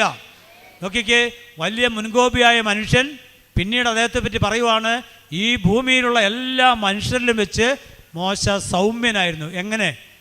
ഈ ദൈവാനുഗ്രഹത്തിൻ്റെ 9 നീർച്ചാലുകളിൽ പ്രധാനപ്പെട്ടത് സൗമ്യത എന്ന നീർച്ചാൽ അദ്ദേഹത്തിൻ്റെ ഉള്ളിൽ കിട്ടി. പരിശുദ്ധാത്മാവിൻ്റെ ഫലങ്ങളാണ് ഈ 9 നീർച്ചാലുകൾ. അതിൽ സൗമ്യത കിട്ടിയപ്പോൾ അദ്ദേഹത്തെപ്പറ്റി ദൈവം തന്നെ പറയുവാണ്, വചനം പറയുവാണ്, അദ്ദേഹത്തെ പോലെ ആരും സൗമ്യനായിട്ടുണ്ടായില്ല. Hallelujah, സർവ്വത്തി hallelujah. യേശുവേ നന്ദി, യേശുവേ സ്തുതി. പ്രിയപ്പെട്ടവരെ, ചന്ദ്രൻ എന്നൊരു കൂട്ടുകാരനുണ്ടായിരുന്നു എനിക്ക്. ഞങ്ങൾ സ്കൂളിൽ ഒരുമിച്ച് പഠിച്ചവരാണ്. കാലങ്ങൾ കഴിഞ്ഞു, പഠനമൊക്കെ നിർത്തി. എന്നുവെച്ചാൽ വലിയ ക്ലാസ്സുകളൊന്നും പഠിച്ചില്ല, ചെറിയ ക്ലാസ്സേ പഠിച്ചുള്ളൂ. അന്ന് ഇതുപോലെ മൊബൈൽ ഫോൺ സൗകര്യമൊന്നുമില്ല. അതുപോലെ തന്നെ അഡ്രസ്സ് മേടിച്ച് എഴുതി വയ്ക്കുന്നൊന്നുമില്ല. പഠിത്തം കഴിഞ്ഞു, അവൻ്റെ വഴിക്ക് പോയി, ഞാൻ എൻ്റെ വഴിക്ക് പോയി. പിന്നീട് ഒരു അറിവുമില്ല. കാലങ്ങൾ കുറച്ച് കഴിഞ്ഞപ്പോഴാണ് അറിയുന്നത് ചന്ദ്രൻ മദ്യത്തിൻ്റെയും മയക്കുമരുന്നിൻ്റെ അടിമയായി മാറി. അതിനേക്കാളും കഷ്ടമെന്ന് പറയുന്നത് ഇവൻ്റെ ജീവിതത്തിൽ വലിയ തകർച്ചകളും പരാജയങ്ങളും വന്നപ്പോൾ ഈ അന്ധവിശ്വാസങ്ങളുടെ പുറകെ പോയി. ഓരോ സ്ഥലങ്ങളിൽ പോയി നോക്കിക്കാനൊക്കെ പോയപ്പോൾ അവർ പറയുന്നു, നിൻ്റെ അയലോക്കത്തുള്ളവർ നിന്നെ തകർക്കാൻ വേണ്ടി മന്ത്രവാദം ചെയ്തതാണ്. പിന്നെ അത് ഒഴിപ്പിക്കാനുള്ള പോക്കായി. ഇവൻ്റെ വീട്ടിൽ എന്ത് സംഭവിച്ചാലും അവൻ അങ്ങനെ കാണുകയുള്ളൂ. ഉള്ള അയലോക്കാരുമായിട്ട് ഭയങ്കര ശത്രുത, വെറുപ്പ് വെച്ചുകൊണ്ടിരിക്കുകയാണ്. ആരെയും കാണത്തില്ല ഇവന്. അങ്ങനെയൊക്കെ ഞാനും എൻ്റെ വീട്ടിൽ എത്തി, അന്വേഷിച്ച് പിടിച്ച് വീട്ടിലെത്തി. ആകെ നിരാശപ്പെട്ട് ദുഃഖിതരായി ഇരിക്കുന്ന ചന്ദ്രൻ. ഞങ്ങൾ സംസാരിച്ചിരുന്നു, എൻ്റെ ഭാര്യ വീണിട്ട് കൈയൊടിഞ്ഞിരിക്കുക. അപ്പോൾ ചന്ദ്രൻ പറയുവാണ്, എൻ്റെ ഭാര്യ വീണ് കൈയൊടിഞ്ഞു. അപ്പോൾ അവനോട് നോക്കിക്കാൻ പോയി, ആശുപത്രിയിൽ പോയി, അതിനൊക്കെ നോക്കിക്കാനും പോയി. അപ്പോൾ അയാൾ പറഞ്ഞു, നിൻ്റെ ഭാര്യയെ വീഴിക്കാൻ വേണ്ടി ആരോ മന്ത്രവാദം ചെയ്തതാണ്. ആരെന്നല്ല ആളെയും പറഞ്ഞു, അയലോക്കത്തിൽ ആളുടെ പേരും. അപ്പം ഞാൻ ചോദിച്ചു, ചന്ദ്ര, നീ മെഡിക്കൽ കോളേജിൽ പോയിട്ടുണ്ട് എപ്പോഴെങ്കിലും? ഇല്ല. ഇടയ്ക്കൊന്ന് പോകുന്നത് നല്ലതാണ്. എത്രയോ പേരാണ് കൈയൊടിഞ്ഞും കാലൊടിഞ്ഞും അവിടെ വരുന്നത്. ആക്സിഡൻറ്റ് പറ്റി എത്രയോ ആൾക്കാർ അപകടം പറ്റി വരുന്നത്. ഇതൊക്കെ ആരെങ്കിലും ഒന്നും ചെയ്തിട്ടാണോ ചന്ദ്ര? പക്ഷെ അവനത് വിശ്വസിക്കാൻ പറ്റില്ല, അവന് ഉൾക്കൊള്ളാൻ പറ്റിയല്ല. അവൻ്റെ മൈൻഡ് മുഴുവൻ മാറിയിരിക്കുക. അവസാനം ഞാൻ ചന്ദ്രനോട് പറഞ്ഞു, എനിക്ക് ചന്ദ്രനെ മനസ്സിലായി. എന്നാ വെച്ചാൽ ഇവൻ്റെ ഉള്ളു മുഴുവൻ വൈരാഗ്യം കൊണ്ട് നിറഞ്ഞിരിക്കുകയാണ്, വെറുപ്പാണ്. അതുകൊണ്ട് ഇവൻ തന്നെ സൂക്ഷിച്ചു പോയി. ഐശ്വര്യം എല്ലാം നഷ്ടപ്പെട്ടു കുടുംബത്തിൽ. ഹിന്ദു എന്നുകൊണ്ട് കാര്യമുണ്ടോ? അവൻ ദൈവത്തിൻ്റെ മോനല്ലേ. അപ്പം ഞാൻ പറഞ്ഞു, എന്നാൽ ചന്ദ്രനൊരു കാര്യം ചെയ്യും, മുരിങ്ങൂർ ഡിവൈൻ ധ്യാനകേന്ദ്രം എന്ന സ്ഥലമുണ്ട്. കുറേ വർഷങ്ങൾക്ക് മുമ്പാണ്, 92 ആ കാലഘട്ടം എനിക്ക് തോന്നുന്നത്. നീ ഒരു പണി ചെയ്യുക, അവിടെ പോയി, അവിടെ നല്ല അച്ഛന്മാരുണ്ട്, ഇങ്ങനെ മന്ത്രവാദമൊക്കെ ഉണ്ടെങ്കിൽ അവർ എടുത്ത് കളയും, കഴിവുള്ള അച്ഛന്മാരാണ്. അങ്ങനെ ഞാൻ പറഞ്ഞു വിട്ടു ഇവനെ, പൈസയൊക്കെ ഉണ്ടാക്കി കൊടുത്തു, ഇവന് ധ്യാനത്തിന് വിട്ടു. അന്ന് ഒരാഴ്ച ധ്യാനമാണ്. ധ്യാനം കഴിഞ്ഞ് ഇവൻ ശനിയാഴ്ച വീട്ടിൽ വന്നു, ഞായറാഴ്ച എൻ്റെ വീട്ടിലേക്ക് വന്നു. പ്രിയപ്പെട്ട, ഞായറാഴ്ച ഇവൻ വരുന്ന കണ്ടപ്പോൾ അന്നേരം ഇവൻ ചന്ദ്രനായത്. ശരിക്കും എൻ്റെ മുഖം പ്രകാശം കൊണ്ട് നിറഞ്ഞു. നല്ല പ്രകാശം, നല്ല മിടുക്കനായി ഇവൻ. ഒരു ധ്യാനത്തിലൂടെ വന്നിരുന്ന് വർത്തമാനമൊക്കെ പറഞ്ഞു. അങ്ങനെ സന്തോഷം. ചന്ദ്രന് ഭയങ്കര ചിരിയാണ്. അതുവരെ ചിരി എൻ്റെ മുഖത്തില്ലായിരുന്നു. ചിരിച്ചു. ഞാനോട് ചോദിച്ചു, ചന്ദ്രൻ എങ്ങനെയുണ്ടായിരുന്നു അവിടെ പോയിട്ട് എന്ന് ചോദിച്ചു. പ്രിയപ്പെട്ടവരെ, ബൈബിൾ എന്താണെന്ന് ചന്ദ്രൻ അറിയത്തില്ല. യേശുവിനെ അറിയാമെന്ന് ചോദിച്ചാൽ ക്രിസ്ത്യാനിയുടെ ദൈവമാണെന്ന് മാത്രമേ അവനറിയാം, അല്ലാതെ അവനൊന്നും അറിയത്തില്ല. ചന്ദ്രൻ, ഞാനിത് ചോദിച്ചപ്പോൾ ചന്ദ്രൻ പോക്കറ്റിൽ അവൻ്റെ ചെറിയ ലിസ്റ്റൊക്കെ ഉണ്ട്. അതെടുക്കാതെ തന്നെ ചന്ദ്രൻ പറയുവാണ്, റോമ 8:31, ദൈവം എൻ്റെ പക്ഷത്തെങ്കിൽ ആര് എനിക്കെതിര് നിൽക്കും? ഞാൻ ഞെട്ടിപ്പോയി. കാരണം എനിക്കെന്നെ അറിയത്തില്ലത്. കാരണം ഞാൻ ക്രിസ്ത്യാനി എന്നുകൊണ്ട് കാര്യമാണ്, ഇത് വായിക്കണ്ടേ.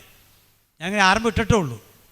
റോമ 8:31 ഒരു ഹൈന്ദവ സഹോദരൻ, ബൈബിൾ പോലും അറിയാത്ത അവൻ എൻ്റെ മുഖത്ത് നോക്കി പറയുവാണ്, റോമ 8:31 ദൈവം എൻ്റെ പക്ഷത്തെങ്കിൽ ആര് എതിര് നിൽക്കും? ജെറമ്യ 20:11 വീരയോദ്ധാവിനെ പോലെ കർത്താവിൻ്റെ പക്ഷത്തുണ്ട്, എൻ്റെ പീഡകർക്ക് കാലിടറും, അവർ എൻ്റെ മേൽ വിജയം വരിക്കുകയില്ല. അവർ എൻ്റെ മേൽ വിജയം വരിക്കാതെ വരുമ്പോൾ അവർ തന്നെ ലജ്ജിതരാകും. ഹല്ലേലൂയ. പ്രിയപ്പെട്ടവരെ, ബൈബിളിൽ ഇങ്ങനൊരു വചനം ഉണ്ടെന്ന് എനിക്കറിയത്തില്ല. ഇവൻ എന്ത് ചെയ്യുന്നു? ഇവൻ ആ ധ്യാനം കൂടാൻ പോയി. ധ്യാനത്തിൻ്റെ 1-2 ദിവസം കഴിഞ്ഞു. പിന്നെ കുമ്പസാര ദിവസമാണ്. ക്രിസ്ത്യാനികളെല്ലാം കുമ്പസാരിക്കാൻ പോയി. ചന്ദ്രൻ്റെ കുമ്പസാരമില്ല. അവനിങ്ങനെ ധ്യാന ഹോളിൽ ഇരിക്കുമ്പോൾ അൾത്താരയിൽ വിശുദ്ധ കുർബാന എടുത്തു വെച്ചിട്ടുണ്ട്.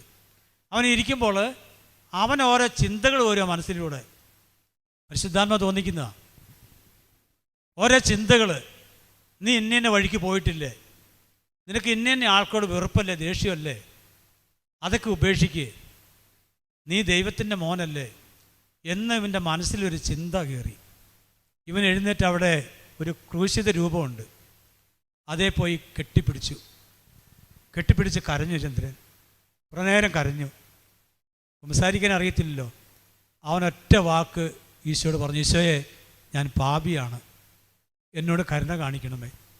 പ്രിയപ്പെട്ടവരെ, അത്ഭുതകരമായ രീതിയിൽ അവൻ്റെ എല്ലാ പാപങ്ങളും ദൈവം എടുത്തു മാറ്റി. വെറുപ്പും വാശിയൊക്കെ കളഞ്ഞു.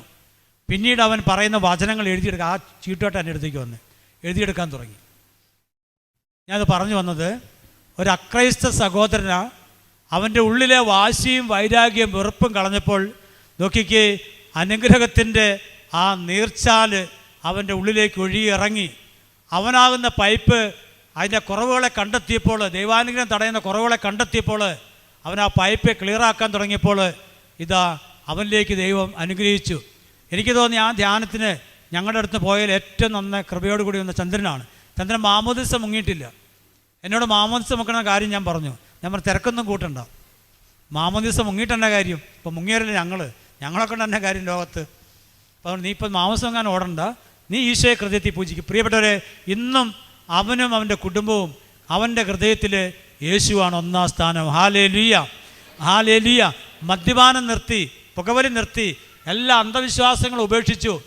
ആരെല്ലാം അകറ്റി നിർത്തിയോ അവരെല്ലാം സ്നേഹിക്കാൻ തുടങ്ങി. Hallelujah, hallelujah. യേശുവേ നന്ദി. ചന്ദ്രൻ്റെ ജീവിതത്തിൽ എല്ലാ അനുഗ്രഹങ്ങളും തടയപ്പെട്ടത് അതാരും മന്ത്രവാദം ചെയ്തിട്ടായിരുന്നില്ല.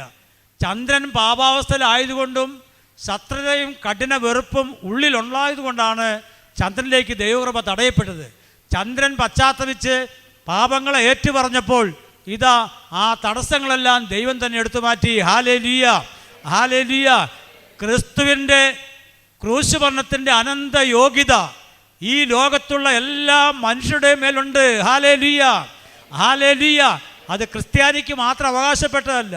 ഈ ലോകത്തെ സകല മനുഷ്യരുടെ മേലും ക്രിസ്തുവിൻ്റെ കുരിശുമരണത്തിൻ്റെ യോഗ്യത കിടക്കുകയാണ്. അവൻ പശ്ചാത്തപിച്ച ആ നിമിഷം ആ യോഗ്യതയിൽ അവനും പങ്കുപറ്റി. Hallelujah, സർവ്വത്തി hallelujah. യേശുവേ നന്ദി. ഇന്നെന്നെ കേൾക്കുന്ന മറ്റ് മതത്തിൽപ്പെട്ടവരാരെങ്കിലും ഉണ്ടെങ്കിൽ ഓർക്കുക, നിങ്ങൾക്ക് കുമ്പസാരം എന്ന കൂദാശയില്ല, എന്നാൽ പാപത്തെ ഓർത്ത് പശ്ചാത്തപിക്കാൻ കഴിയും. യേശുവിൻ്റെ ഒരു പടത്തിന് മുമ്പിൽ ഇരുന്നുകൊണ്ടോ ഒരു ക്രൂശിക്കപ്പെട്ട രൂപത്തിന് മുമ്പിൽ ഇരുന്നുകൊണ്ടോ, ഇനി ഒന്നും വേണ്ട, നിങ്ങളുടെ വ്യക്തിപരമായ റൂമിൽ ഇരുന്നുകൊണ്ടോ യേശുവേ എന്നോട് ക്ഷമിക്കണമേ, ഞാൻ പാപിയാണെന്ന് പറഞ്ഞുകൊണ്ട് തെറ്റുകളെന്ന് ഓർത്ത് ഏറ്റു പറഞ്ഞാൽ കുമ്പസാരത്തിലൂടെ ഞങ്ങൾക്ക് ലഭിക്കുന്ന അതേ ദൈവകൃപയിലേക്ക് നിങ്ങളും കടന്നു വരും. ഹല്ലേലൂയ, സ്വരമേർത്തി ഹല്ലേലൂയ. ഞാനിത് പറയുന്നത് നിങ്ങൾ ഓടിപ്പോയി മാമോദിസ മുങ്ങാൻ വേണ്ടിയല്ല. അതല്ല പ്രധാനപ്പെട്ടത് പാപത്തിൽ നിന്ന് ഒഴിവാകുക, സ്നേഹം കൊണ്ട് നിറയുക, യേശുവിലൂടെ ദൈവം നൽകുന്ന സൗജന്യമായ പാപക്ഷമയും നിത്യജീവനും സ്വീകരിക്കുക എന്നുള്ളതാണ്. ഹല്ലേലൂയ. ക്രിസ്ത്യാനിക്ക് മാത്രം അവകാശപ്പെട്ടതാണോ നിത്യജീവൻ? അല്ല, എല്ലാ മതത്തിൽപ്പെട്ടവർക്കും യേശു ക്രിസ്തുവിലൂടെ നിത്യജീവൻ പിതാവ് നൽകുന്നുണ്ട്. ആ നിത്യജീവനിലേക്ക് വരാൻ നിന്റെ പാപത്തെ കണ്ടെത്തി അത് ഉപേക്ഷിക്കാനും എല്ലാവരെയും സ്നേഹിക്കാനും തയ്യാറായാൽ ക്രിസ്ത്യാനിക്ക് ലഭിക്കുന്നേക്കാൾ അധികം നിത്യജീവനിൽ നീ അർഹനായിത്തീരും. ഹല്ലേലൂയ.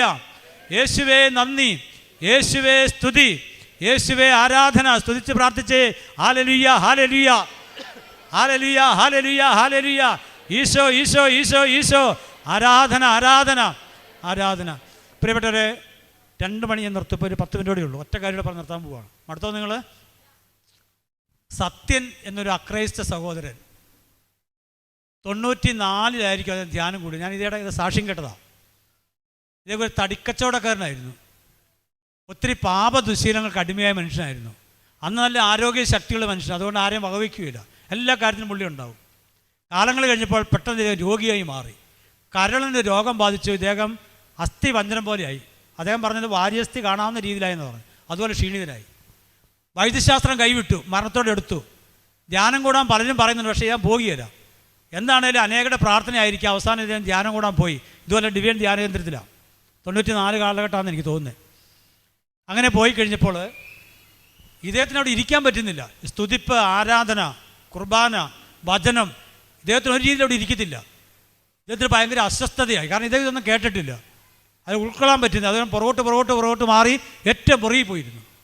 4-ാമത്തെ ദിവസം ദിവ്യകാരുണ്യ ഈശോ എടുത്തു വെച്ചുകൊണ്ട് ആരാധന നടക്കുന്ന സമയമാണ്.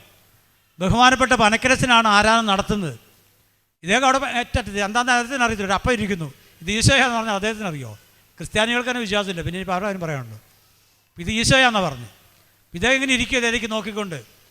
പെട്ടെന്ന് ഇദ്ദേഹം കാണുന്നൊരു കാഴ്ച, ഈ വിശുദ്ധ കുർബാന 2ആയി പിളർന്നു. അതിൽ നിന്നൊരു മനുഷ്യൻ എഴുന്നേറ്റ് മുന്നോട്ട് നടന്നു വരികയാണ്. നടന്നു വരുമ്പോൾ ഇദ്ദേഹം പേടിച്ചു പോയി. ഇദ്ദേഹത്തിൻ്റെ അടുത്തേക്കാണ് വരുന്നത്. അപ്പോൾ കൈ കണ്ടപ്പോൾ കയ്യിൽ ആണിപ്പാടുള്ള മുറിവ്. അപ്പോൾ ഇദ്ദേഹത്തിന് യേശുവിനെ അറിയാം. യേശുവിൻ്റെ പടം കണ്ടിട്ടുണ്ട്, ഇദ്ദേഹം ചിത്രങ്ങൾ കണ്ടിട്ടുണ്ട്. അത് യേശുവാണെന്ന് മനസ്സിലായി. കൈ നീട്ടിപ്പിടിച്ച് അദ്ദേഹത്തിൻ്റെ ശിരസിലേക്ക് അടുത്ത് വെക്കാറായപ്പോൾ ബഹുമാനപ്പെട്ട പനക്കരച്ചൻ വിളിച്ചു പറയുവാണ്, സത്യനെ കർത്താവ് തൊടുന്നു. ആ നിമിഷം ഇദ്ദേഹത്തിൻ്റെ ശിരസിൽ കൈ തൊട്ടു. യേശുവിൻ്റെ ഹല്ലേലൂയ, ഹല്ലേലൂയ, ഹല്ലേലൂയ. പ്രിയപ്പെട്ടവരെ, അവിടുന്ന് അദ്ദേഹം എഴുന്നേറ്റ്, അവിടെ ഒരു വലിയ തൂങ്ങപ്പെട്ട രൂപമുണ്ട് ഈശോയുടെ, കെട്ടിപ്പിടിച്ച് വാവിട്ട് കരഞ്ഞു. യേശുവിനെ വിളിച്ച് എല്ലാ പാപങ്ങളും അവിടെ നിന്ന് ഏറ്റുപറഞ്ഞു. ആ ധ്യാനം കഴിഞ്ഞ് പോരുമ്പോൾ തന്നെ, അതിനു മുമ്പ് തന്നെ ശരീരത്തിന് മാറ്റം വരാൻ തുടങ്ങി. ഇന്ന് മിടുക്കനായി. ഇന്ന് ദിവ്യൻ കൂട്ടായ്മയുടെ കേരളത്തിലെ കോർഡിനേറ്ററായിട്ട് അദ്ദേഹം ശുശ്രൂഷിക്കുന്നു. Hallelujah, hallelujah. ഈ അടുത്ത തവണ പുൽപ്പള്ളി വന്നിരുന്നു. അപ്പം അതിന് ഞാനും പോയിരുന്നു. അത് സാക്ഷ്യം പറഞ്ഞാണ് അദ്ദേഹം.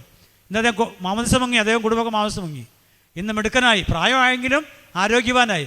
ആ ധ്യാനം മുതൽ പിന്നെ മരുന്ന് കഴിച്ചിട്ടില്ല. ശരീരം തന്നെ പുഷ്ടി പ്രാപിച്ചുകൊണ്ടിരുന്നു. എപ്പോഴാണെന്നറിയാവോ?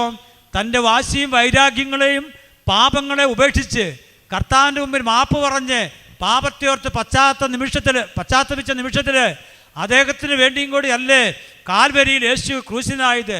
ആ ക്രൂശ് മരണത്തിൻ്റെ അനന്ത യോഗ്യത ഈ സത്യനിലേക്ക് കടന്നു വന്നു. ഇന്ന് സത്യൻ മൈക്കിൾ എന്നാണ് അറിയപ്പെടുന്നത്. മൈക്കിൾ എന്നാണ് പേര്, മാമോദിസ പേര്. ഡൊമിനിക്ക് പേര് സത്യന് കൂട്ടിയിട്ടിട്ടുണ്ട്. ഞാൻ പറഞ്ഞു വന്നത്, യേശുവിൻ്റെ ക്രൂശ് മരണത്തിൻ്റെ യോഗ്യത നമുക്കെല്ലാവർക്കും ഇല്ലേ? അത് സ്വീകരിക്കണമെങ്കിൽ നമ്മൾ അനുദപിക്കണം, നമ്മൾ പശ്ചാത്തപിക്കണം.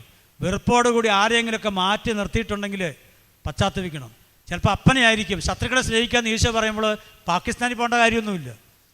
ഞാനിത് ആദ്യം കേട്ടപ്പോൾ എൻ്റെ വീട്ടിൽ തന്നെ എനിക്ക് ശത്രുതയുള്ളവരുണ്ടായിരുന്നു. എൻ്റെ കൂടപ്പിറപ്പുകളുണ്ടായിരുന്നു, അയൽവക്കംകാരുണ്ടായിരുന്നു.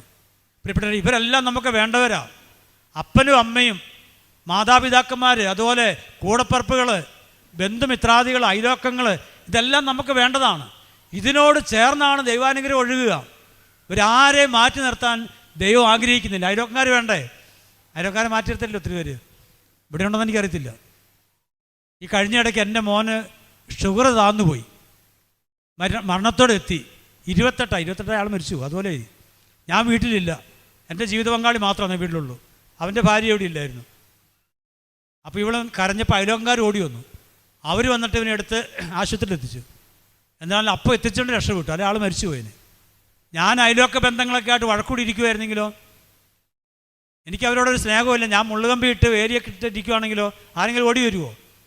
പ്രിയപ്പെട്ടവരെ, അപ്പോൾ എല്ലാവരും നമുക്ക് വേണം. എല്ലാവരും ചേർത്ത് പിടിച്ചാണ് ദൈവം നമ്മളെ അനുഗ്രഹിക്കുന്നത്. ശത്രുതയോടെ ആരെയും മാറ്റി നിർത്താൻ പാടില്ല. ഞാൻ ശത്രുതയോടെ ഒരു വ്യക്തിയെ മാറ്റി നിർത്തുമ്പോൾ ഞാൻ വിശ്വസിക്കുന്ന ദൈവം അവൻ്റെ അപ്പുറേ നിൽക്കുകയുള്ളൂ. ആ ദൈവം എൻ്റെ അടുക്കിലേക്ക് വന്നെങ്കിൽ ഞാനിവിടെ ശത്രുതയുടെ മതിൽക്കെട്ട് തകർക്കണം. ഹാലേലൂയ. സർവ്വത്തി ഹാലേലൂയ. ബഹുമാനപ്പെട്ട പനക്കലച്ചൻ പറഞ്ഞ ഒറ്റക്കാര് പറഞ്ഞ് നിർത്താൻ പോവുകയാണ്. അദ്ദേഹം പറയുവാണ്, നിൻ്റെ ശത്രുവിൻ്റെ കരങ്ങളിൽ നിനക്ക് ദൈവം ഒരു അനുഗ്രഹം നൽകിയിട്ടുണ്ട്. നീ ശത്രുതയോടെ ആരെ മാറ്റി നിർത്തിയിട്ടുണ്ടോ ആ വ്യക്തിയുടെ കരങ്ങളിലായിരിക്കാം നിനക്കൊരു അനുഗ്രഹവും ദൈവം നൽകിയിട്ടുള്ളത്. ആ ശത്രുവിൻ്റെ കരങ്ങളിൽ നിന്ന് ആ അനുഗ്രഹം എനിക്ക് ലഭിക്കണമെങ്കിലോ ഞാൻ ശത്രുത മറന്ന് ആ വ്യക്തിയെ സ്നേഹിക്കാൻ തുടങ്ങുമ്പോൾ ഒരുപക്ഷെ എനിക്ക് വേണ്ട ഏതെങ്കിലും ഒരു അനുഗ്രഹം അവൻ്റെ കരങ്ങളിൽ ദൈവം നൽകിയിട്ടുണ്ടാവും. ഹാലേലൂയ. സർവ്വത്തി ഹാലേലൂയ. യേശുവേ നന്ദി, യേശുവേ സ്തുതി. നമുക്ക് എഴുന്നേറ്റിരിക്കാം.